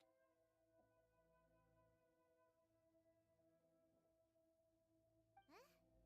Is she looking this way? Traveler? Yikes! She really is looking our way! Is that the traveler who they say defeated the ancient god? So young. The Liyue Qixing always repay their debts. And as you've heard, our eyes see far and our reach is long. Name your price. You deserve that much. Whoa!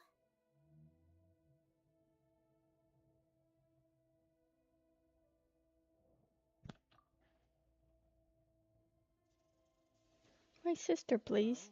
Could you help me put up some missing person posters?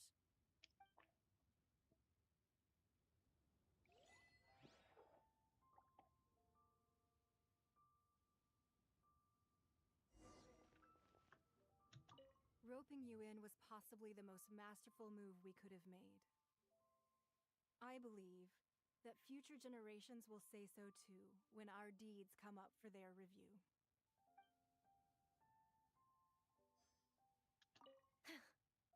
Why you... Were you just trying to look cool earlier? Or are you really that selfless? If you were looking for someone, you could have just told me that in private. The cleanup of the premises, managing the crowds as they exit, making an account of the rite. There's much that remains to be done. I didn't miss anything, did I?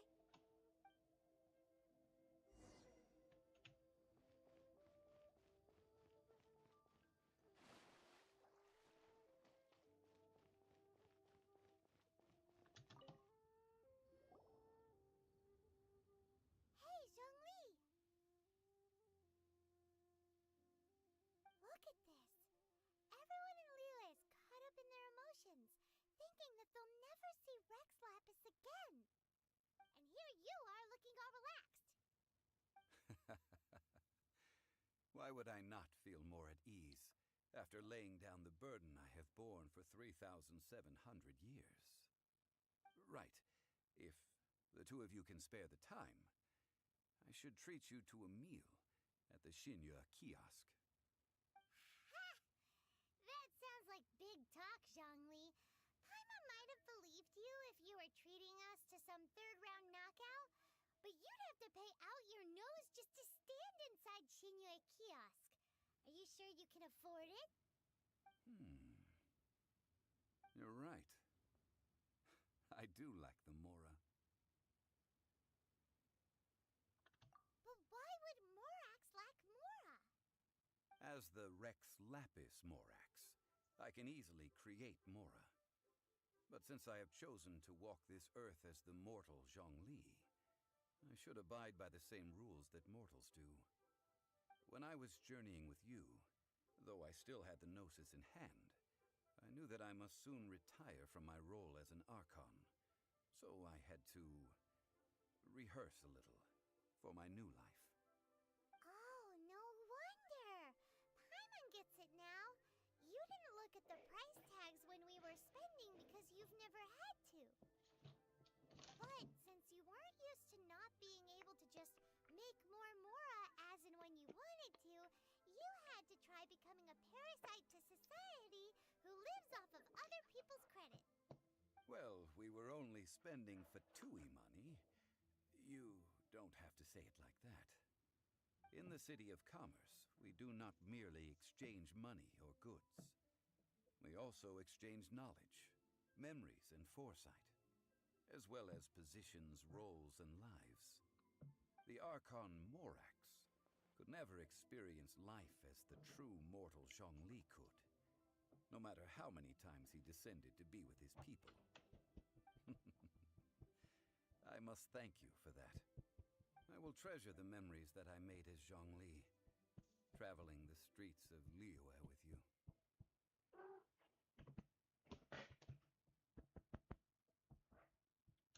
That is true. But there is no journey that does not end. No meetings without partings. Paimon thinks that we should make a move and continue our search for the Seven. I fear that continuing your journey may be difficult. The nation that neighbors Liyue by sea, Inazuma, is presently closed. Yes, the nation has been closed by order of its deity, the Electro-Archon Ball. And just as the people of Liyue preferred to call me Rex Lapis, she too goes by another name among locals in Inazuma. Paimon thinks we've heard that one before. Raiden? That is the case. And since Raiden is also the shogun of Inazuma, people call her the Raiden Shogun.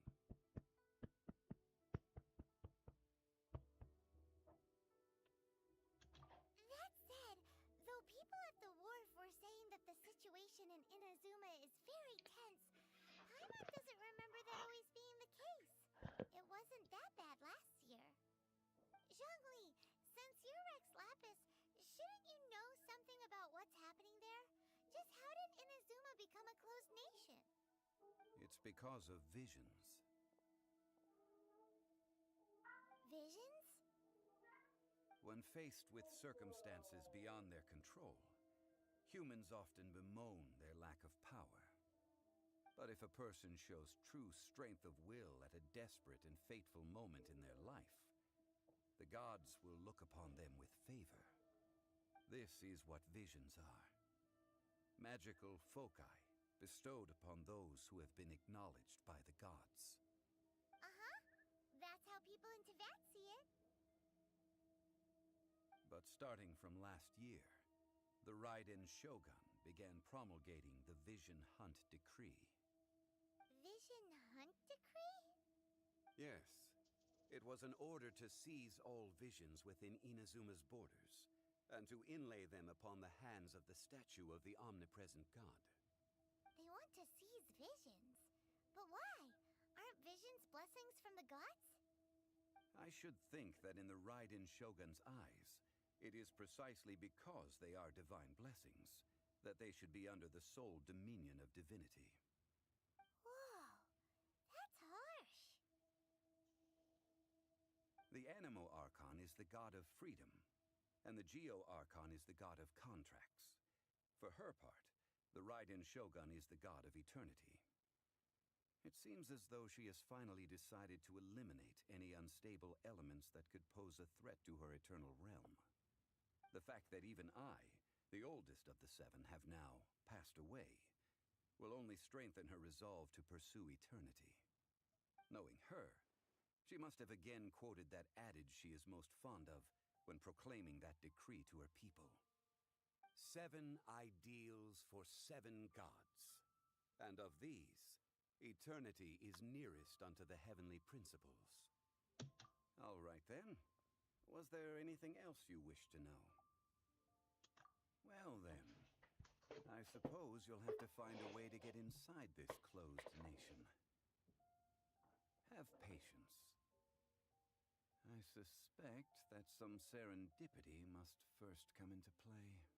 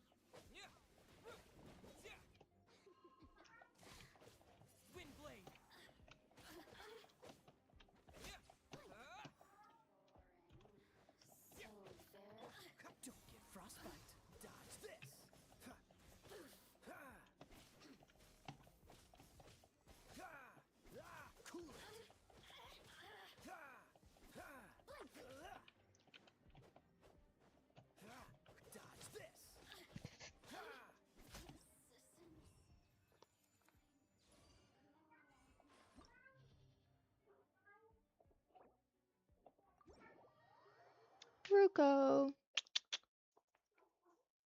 Zuko. What are you crying about?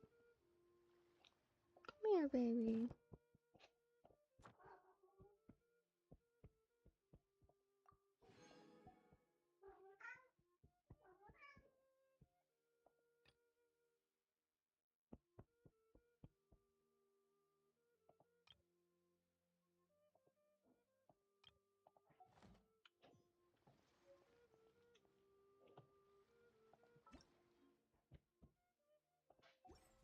Come here, baby.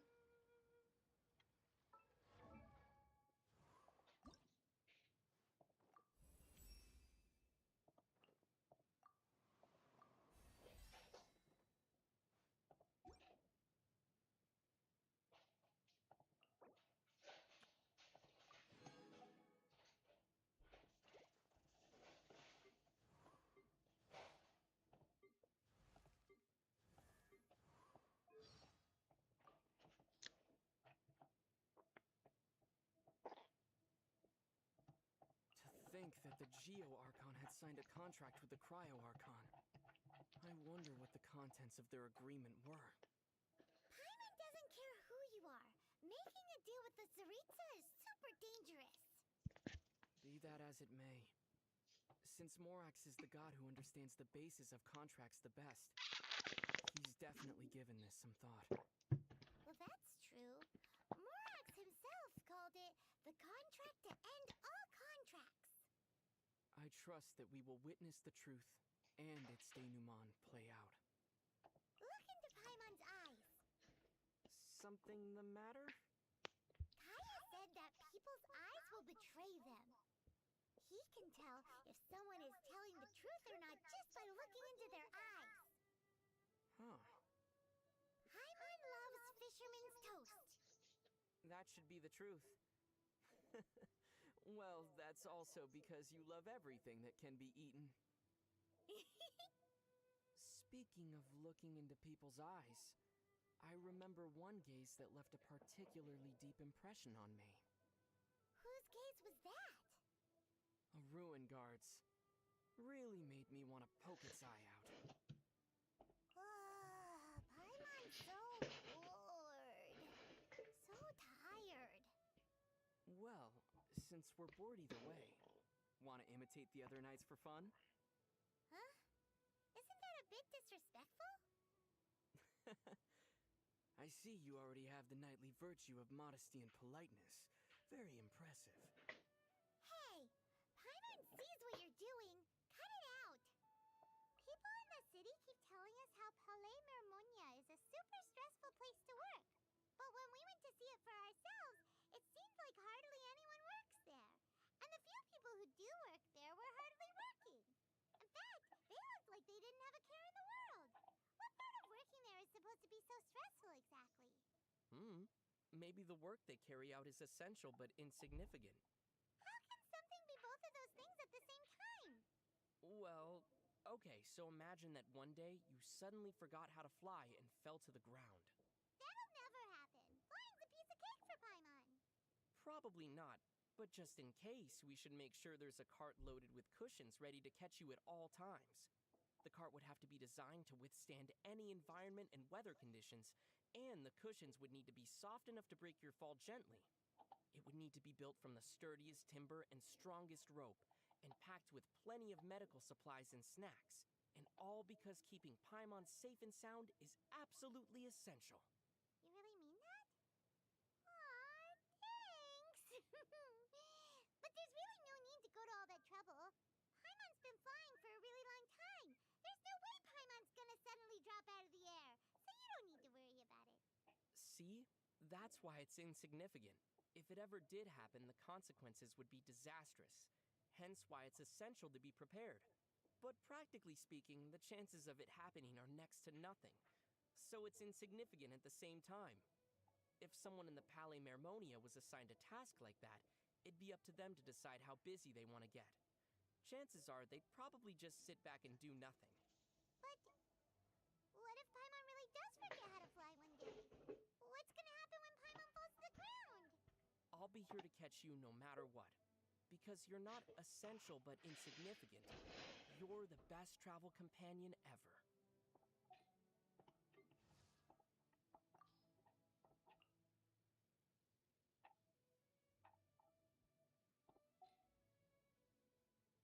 Onwards. We have work to do.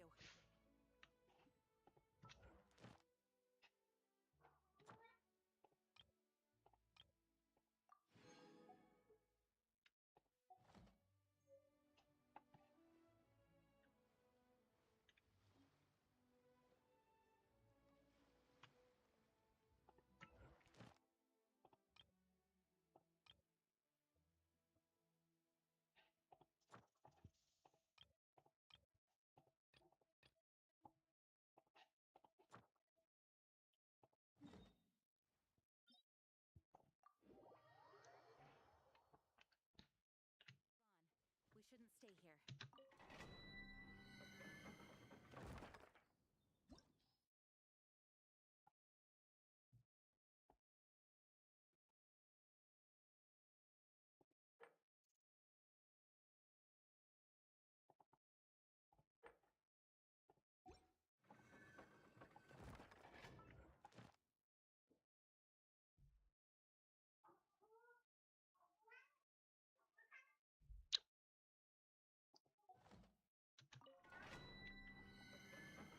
Go.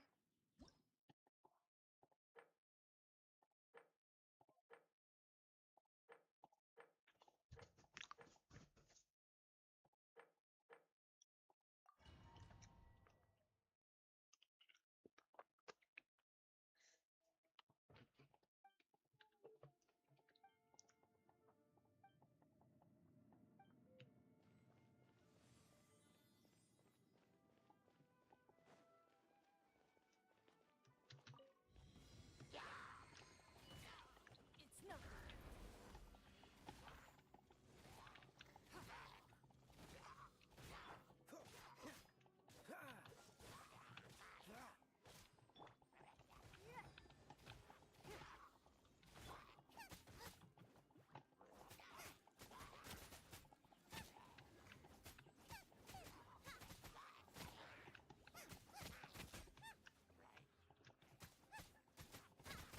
Nice and spicy.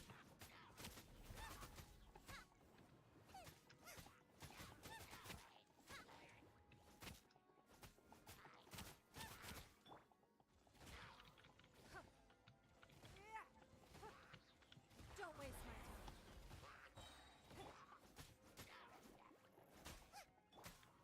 Your life is mine.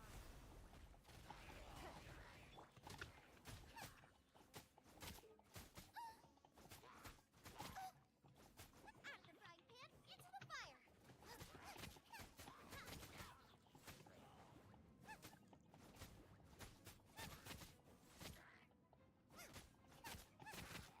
Nice and spicy.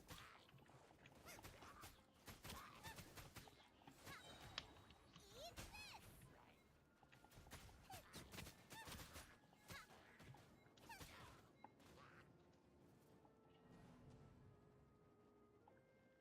Still don't know how that works.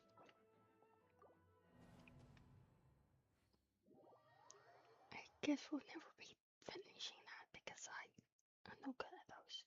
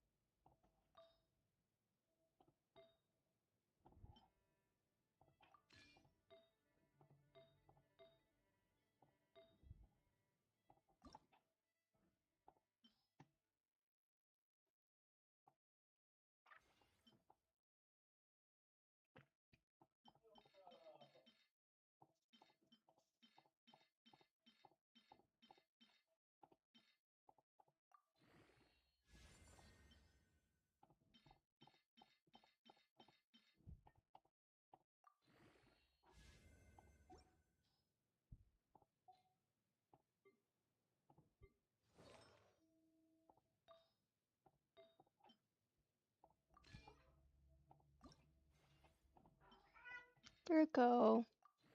Marvin baby.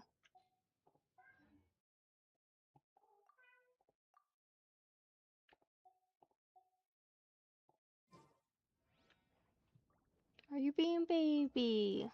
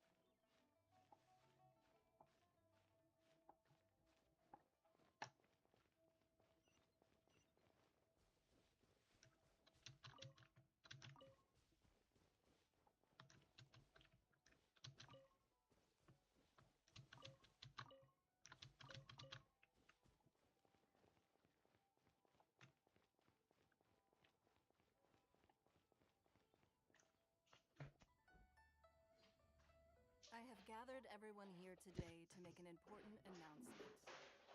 Perhaps some of you will have heard the news already. I am, in fact, planning to rebuild the Jade Chamber. Rebuild the Jade Chamber? That's a huge project! So the rumors are true. No wonder the price of building materials has gone up so much lately. The Jade Chamber means a lot to Lady Ningguang. Getting involved in this would be a huge opportunity. Lady Ningguang, is there any way we can be of service? Patience. Since the news made it out a few days ago, I have already had many people contacting me to declare an interest in joining the project. Nevertheless, I do have a few matters I should like to entrust to you here today. The building site has been chosen, and most of the materials have been assembled. 3 key items are, however, still outstanding. They are as follows: Sunset Vermilionite, Wonder Cores, and Adepti Sigils.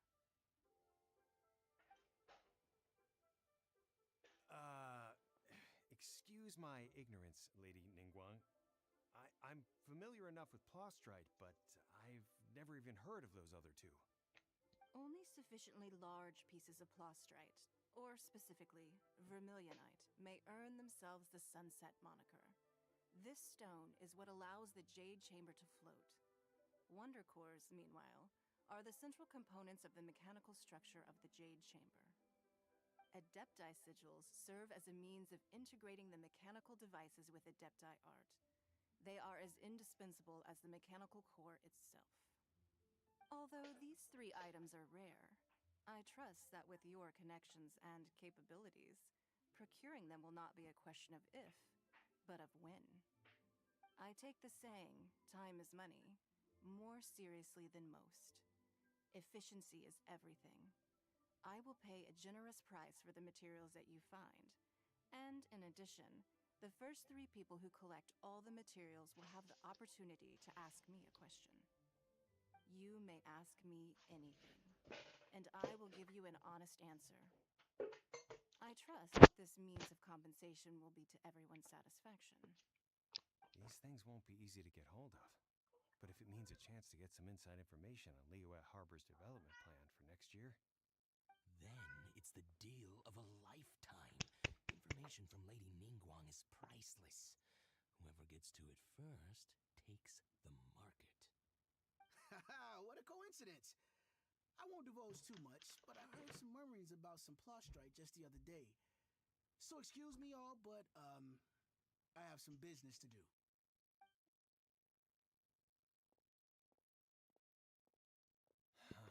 No. We better move quickly, or this opportunity will be snatched away from us. Ningguang's rebuilding the Jade Chamber? This is a huge deal! Let's get involved!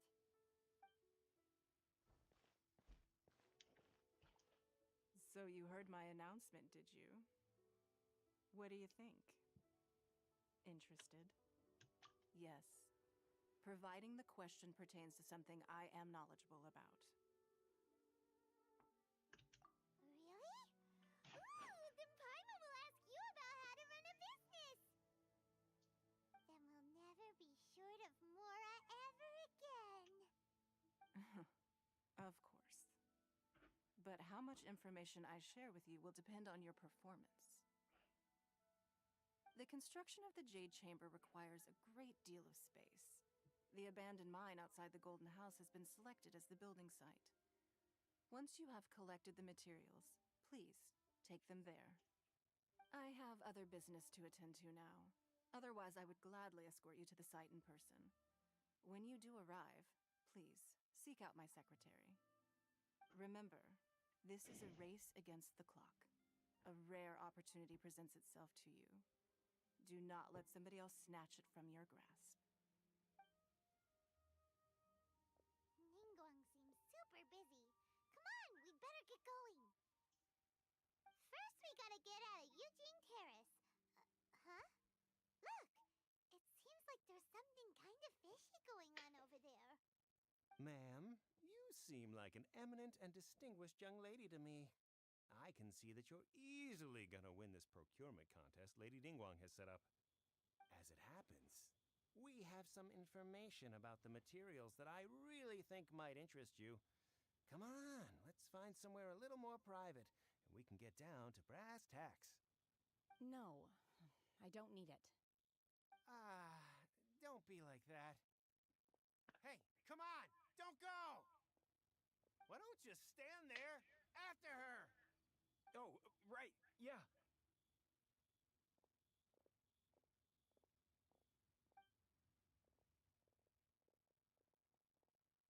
Did you hear that?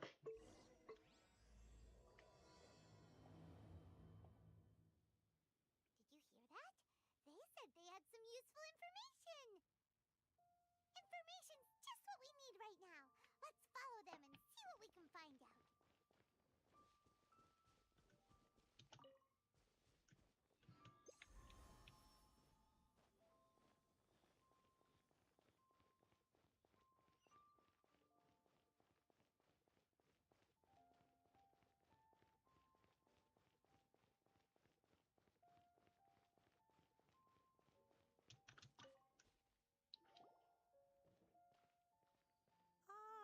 Children, come, come. You've arrived at just the right moment. I've been looking for you. Oh, what is it, Granny? Need any help? Oh, no. You've done so much for Liyue Harbor already. I could hardly ask for more.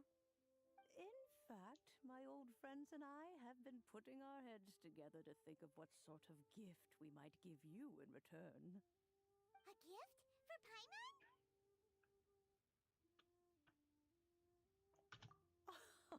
Oh, child, you are so very modest. Uncommonly so, even. But you mustn't decline this gift. I simply won't allow it. When you traversed my old teapot in search of the cleansing bell, I heard your little friend mention that you often camp out in the wilds. That simply won't do. Especially since I imagine you still have a very long journey ahead of you. Fortunately, I have not yet grown so old as to see my subspace creation abilities atrophy. Oh, did my friends never mention that to you? Well then, it is a blessing we old folks once received from Rex Lapis, part of our illumination, if you will. I will not go into too much detail, But subspace creation is the ability to create a small, autonomous pocket world. The teapot that you entered previously was a little trinket created using that ability. So, in the eyes of an adeptus, creating a magic teapot world is just child's play, huh? Oh, indeed, the teapot is nothing to boast of. One such as myself must depart from this realm to create a world of one's own. Rex Lapis, on the other hand, moved mountains and seas. That is what one might call an exercise of true power. But that's enough nostalgia for now.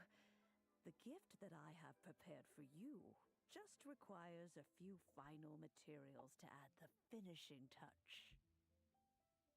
That's right! Finding stuff's what we're good at, after all. Oh, settle down now, children. There's no need for you to go running hither and thither. I have already found a fleet-footed youngster to prepare what I need. What's more, I doubt that you would know how to find the materials I am searching for. Some of them are very rare indeed these days. Well, for starters, I require some shimmer soil from the banks of Dihua Marsh. Back in the day, it could only be found where the glaze lilies thrived most profusely.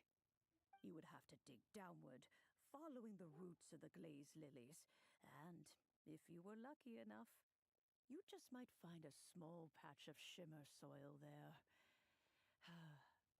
But almost no one has been able to find shimmer soil in this manner since Dihua Marsh came to be the way it is today. Even more difficult to find is smaragdus jadeite, which must be chiseled from the rock of the chasm. Or so it used to be.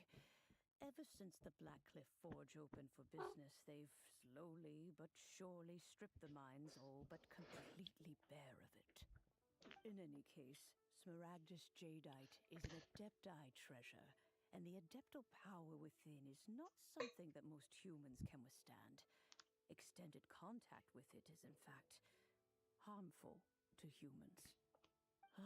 Goodness knows if that child will succeed in finding these items. Well, since you're an adeptus, Granny, the person you asked for help, they must be an adeptus too, right? Yes. I suppose she does count as an adeptus. She counts? How come there are so many adepti in Liyue Harbor? We seem to bump into them all the time. It feels like even when you go out to eat, you could be sitting next to an adeptus and never even know it. Oh, maybe so. Who can say? A fair few of my old friends are rather fond of mundane mortal life, after all. I'm back, Granny. Oh, I don't believe we've met. Allow me to do the honors. This child here is Yen Fei. She's the one helping run some errands for me. Yen Fei, I believe you already heard of the traveler and his traveling companion. Of course, who hasn't? Much has been written about you in the Millilith's records. You became one of Liyue's most wanted after the Millilith marked you as a suspect following the incident at the Rite of Dissension. After which, you fought off the Millilith at Julian Karst and made contact with the Fatui. Before finally defeating an ancient god together with Granny and her associates, and subsequently being cleared of any and all suspicion by the Chising. What a shame. A shame that we didn't meet sooner. If we had, well, I can't say that I would have been able to clear you of suspicion immediately, but it certainly would have been less, embarrassing for you. Allow me to introduce myself once more. I'm Yenfei, a legal advisor. Got a legal problem? You can come right to me. Oh, yes, here's my business card. You'll find it has my contact details and office address. Keep it handy. If you have an urgent issue, just leave me a note at this address. Oh, and I almost forgot to mention, I offer a very generous discount for first-time customers. All right, Yenfei, all right. let's get to the business at hand. I do not think these two are in any dire need of legal assistance at the moment. You'll have to excuse Yanfei. She's always been like this, ever the talkative one when it comes to her own affairs. Paimon was gonna ask the same question. You seem really different from the ones we've met before. An Adeptus? I guess. Kinda. My old man said he was one anyway. He mentioned that he once campaigned with Rex Lapis for a long old time, and then after that was all over, he went back and married my mom. They had me, and once I was all grown up, the two of them upped and left on a journey, leaving me with Granny here. Well, that's a bit casual for an Adeptus. Aren't you guys supposed to sign solemn contracts to protect Liyue Harbor and all that stuff? What do you mean he just went back to get married? Well, my dad did say that he'd talked it through with Rex Lapis, and that he was fine with it. Even contributed towards the wedding gift, apparently.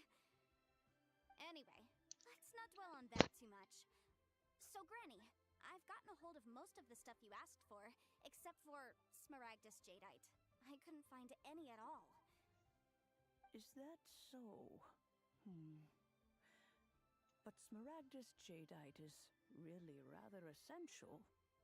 Yanfei, are you sure you can't find some other way? They have helped Liyue greatly, after all. It is only right that they are duly rewarded. I know, Granny, you've told me 1,000 times already. Well, the chasm's definitely a no-go, but there's still a chance we can figure out some alternative means of procurement. Hold on a moment. Let me have a look.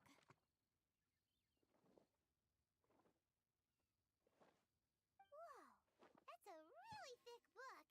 What kind of things do you write in there? Commercial consultancy.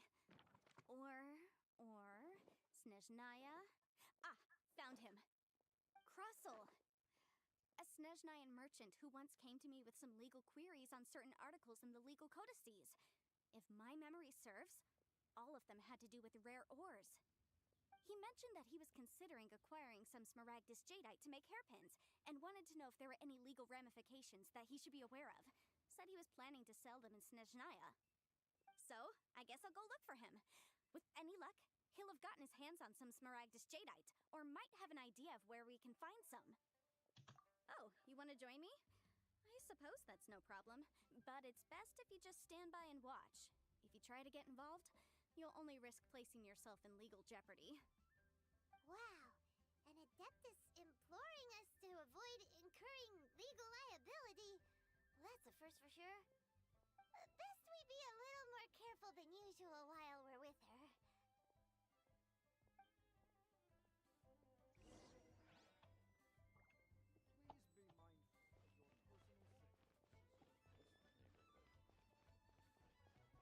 Huh, they're not here. Let's keep looking.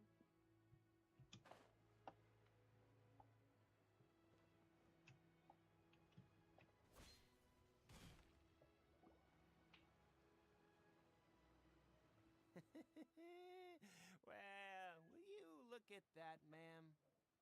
Nowhere left to run. Don't worry, we're not bad guys. You give us some mora, we give you a little info. Everybody's a winner. Boss, I got a bad feeling about this. Look at her, the white hair, the energy she gives off. I'm telling you, there's something different about her. So what? She's loaded. How are we ever going to repay those gambling debts if we just let money walk away from us, huh? I've already told you, I don't need your information. If you still can't grasp that, I'm happy to repeat it in a way that won't be so easy to forget. Come on, ma'am. You seem like an intelligent lady. I shouldn't have to spell this out to you. It's not about whether you need the info or not, okay? It's about you taking out your money and handing it over and nobody getting hurt. I won't... No more excuses! I know you have money. I saw you. Yeah, I saw you. Strolling into Lioli Pavilion, ordering a table full of food, and only taking a few bites. then Xinyue Kiosk, then Wanmin Restaurant. Same story each time. You order all the signature dishes, take a few bites, then you're on your way again. How could you afford to be so wasteful if you weren't from a rich family? And since you're so rich, what's the loss to you in giving us a little spare change, huh? Master warned me not to lay a hand on anyone in Liyue Harbor. But here we are. Perhaps... yes. Let's call it fate. Boss, I'm telling you, something's not right. What are you afraid of? We're just selling information. It's not illegal. If she lays a finger on us, all the better. We'll sue her for everything she's worth. Oh, you again. The Millilith. What are the Millilith doing here? Did you do this? You ought to mind your own business. I swear! Silence! How dare you threaten innocent civilians? You're coming with us. No, don't be angry, sir. Please, let me explain.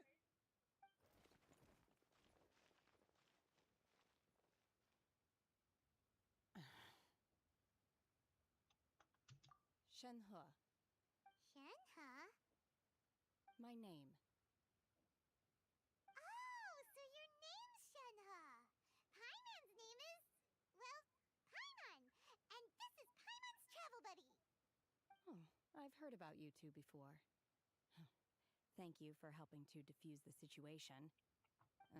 I could have dealt with it myself, though. I suspect smashing his head against the ground a handful of times is all it would have taken to get him to surrender. You can't do that. That's way too violent. This is Liyue Harbor. There are laws against that kind of stuff, you know. Laws? No, apparently not. Really? So how exactly have you...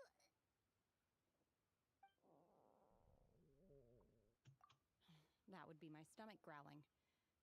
I haven't eaten enough. She's so honest. Wait, that's right. They said you went around all the restaurants ordering this and that and the other, but only took a small bite of each dish. Then of course you're still hungry. So, anything in particular you're hungry for? Chingson, glaze lily, violet grass. These are my usuals. Medicinal herbs? Kinda hard to explain. Anyway, Boo Boo Pharmacy's not far away. Let's take Shenhe there for a big medicinal meal. After all, you can't work on an empty stomach.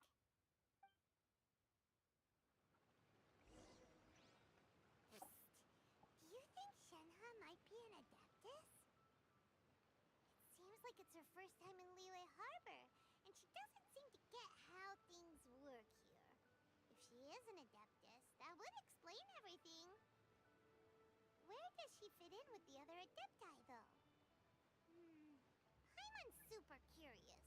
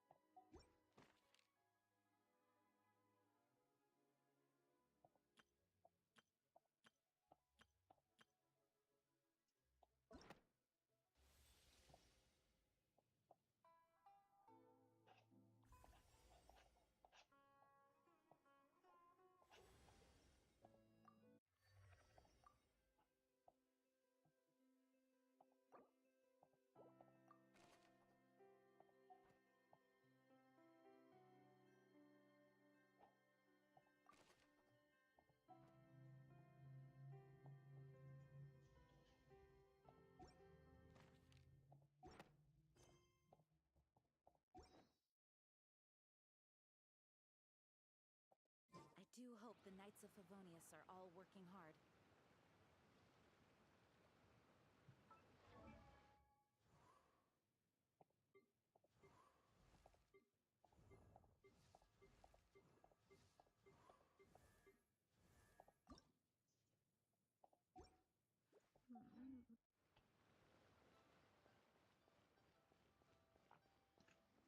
I'm gonna put here.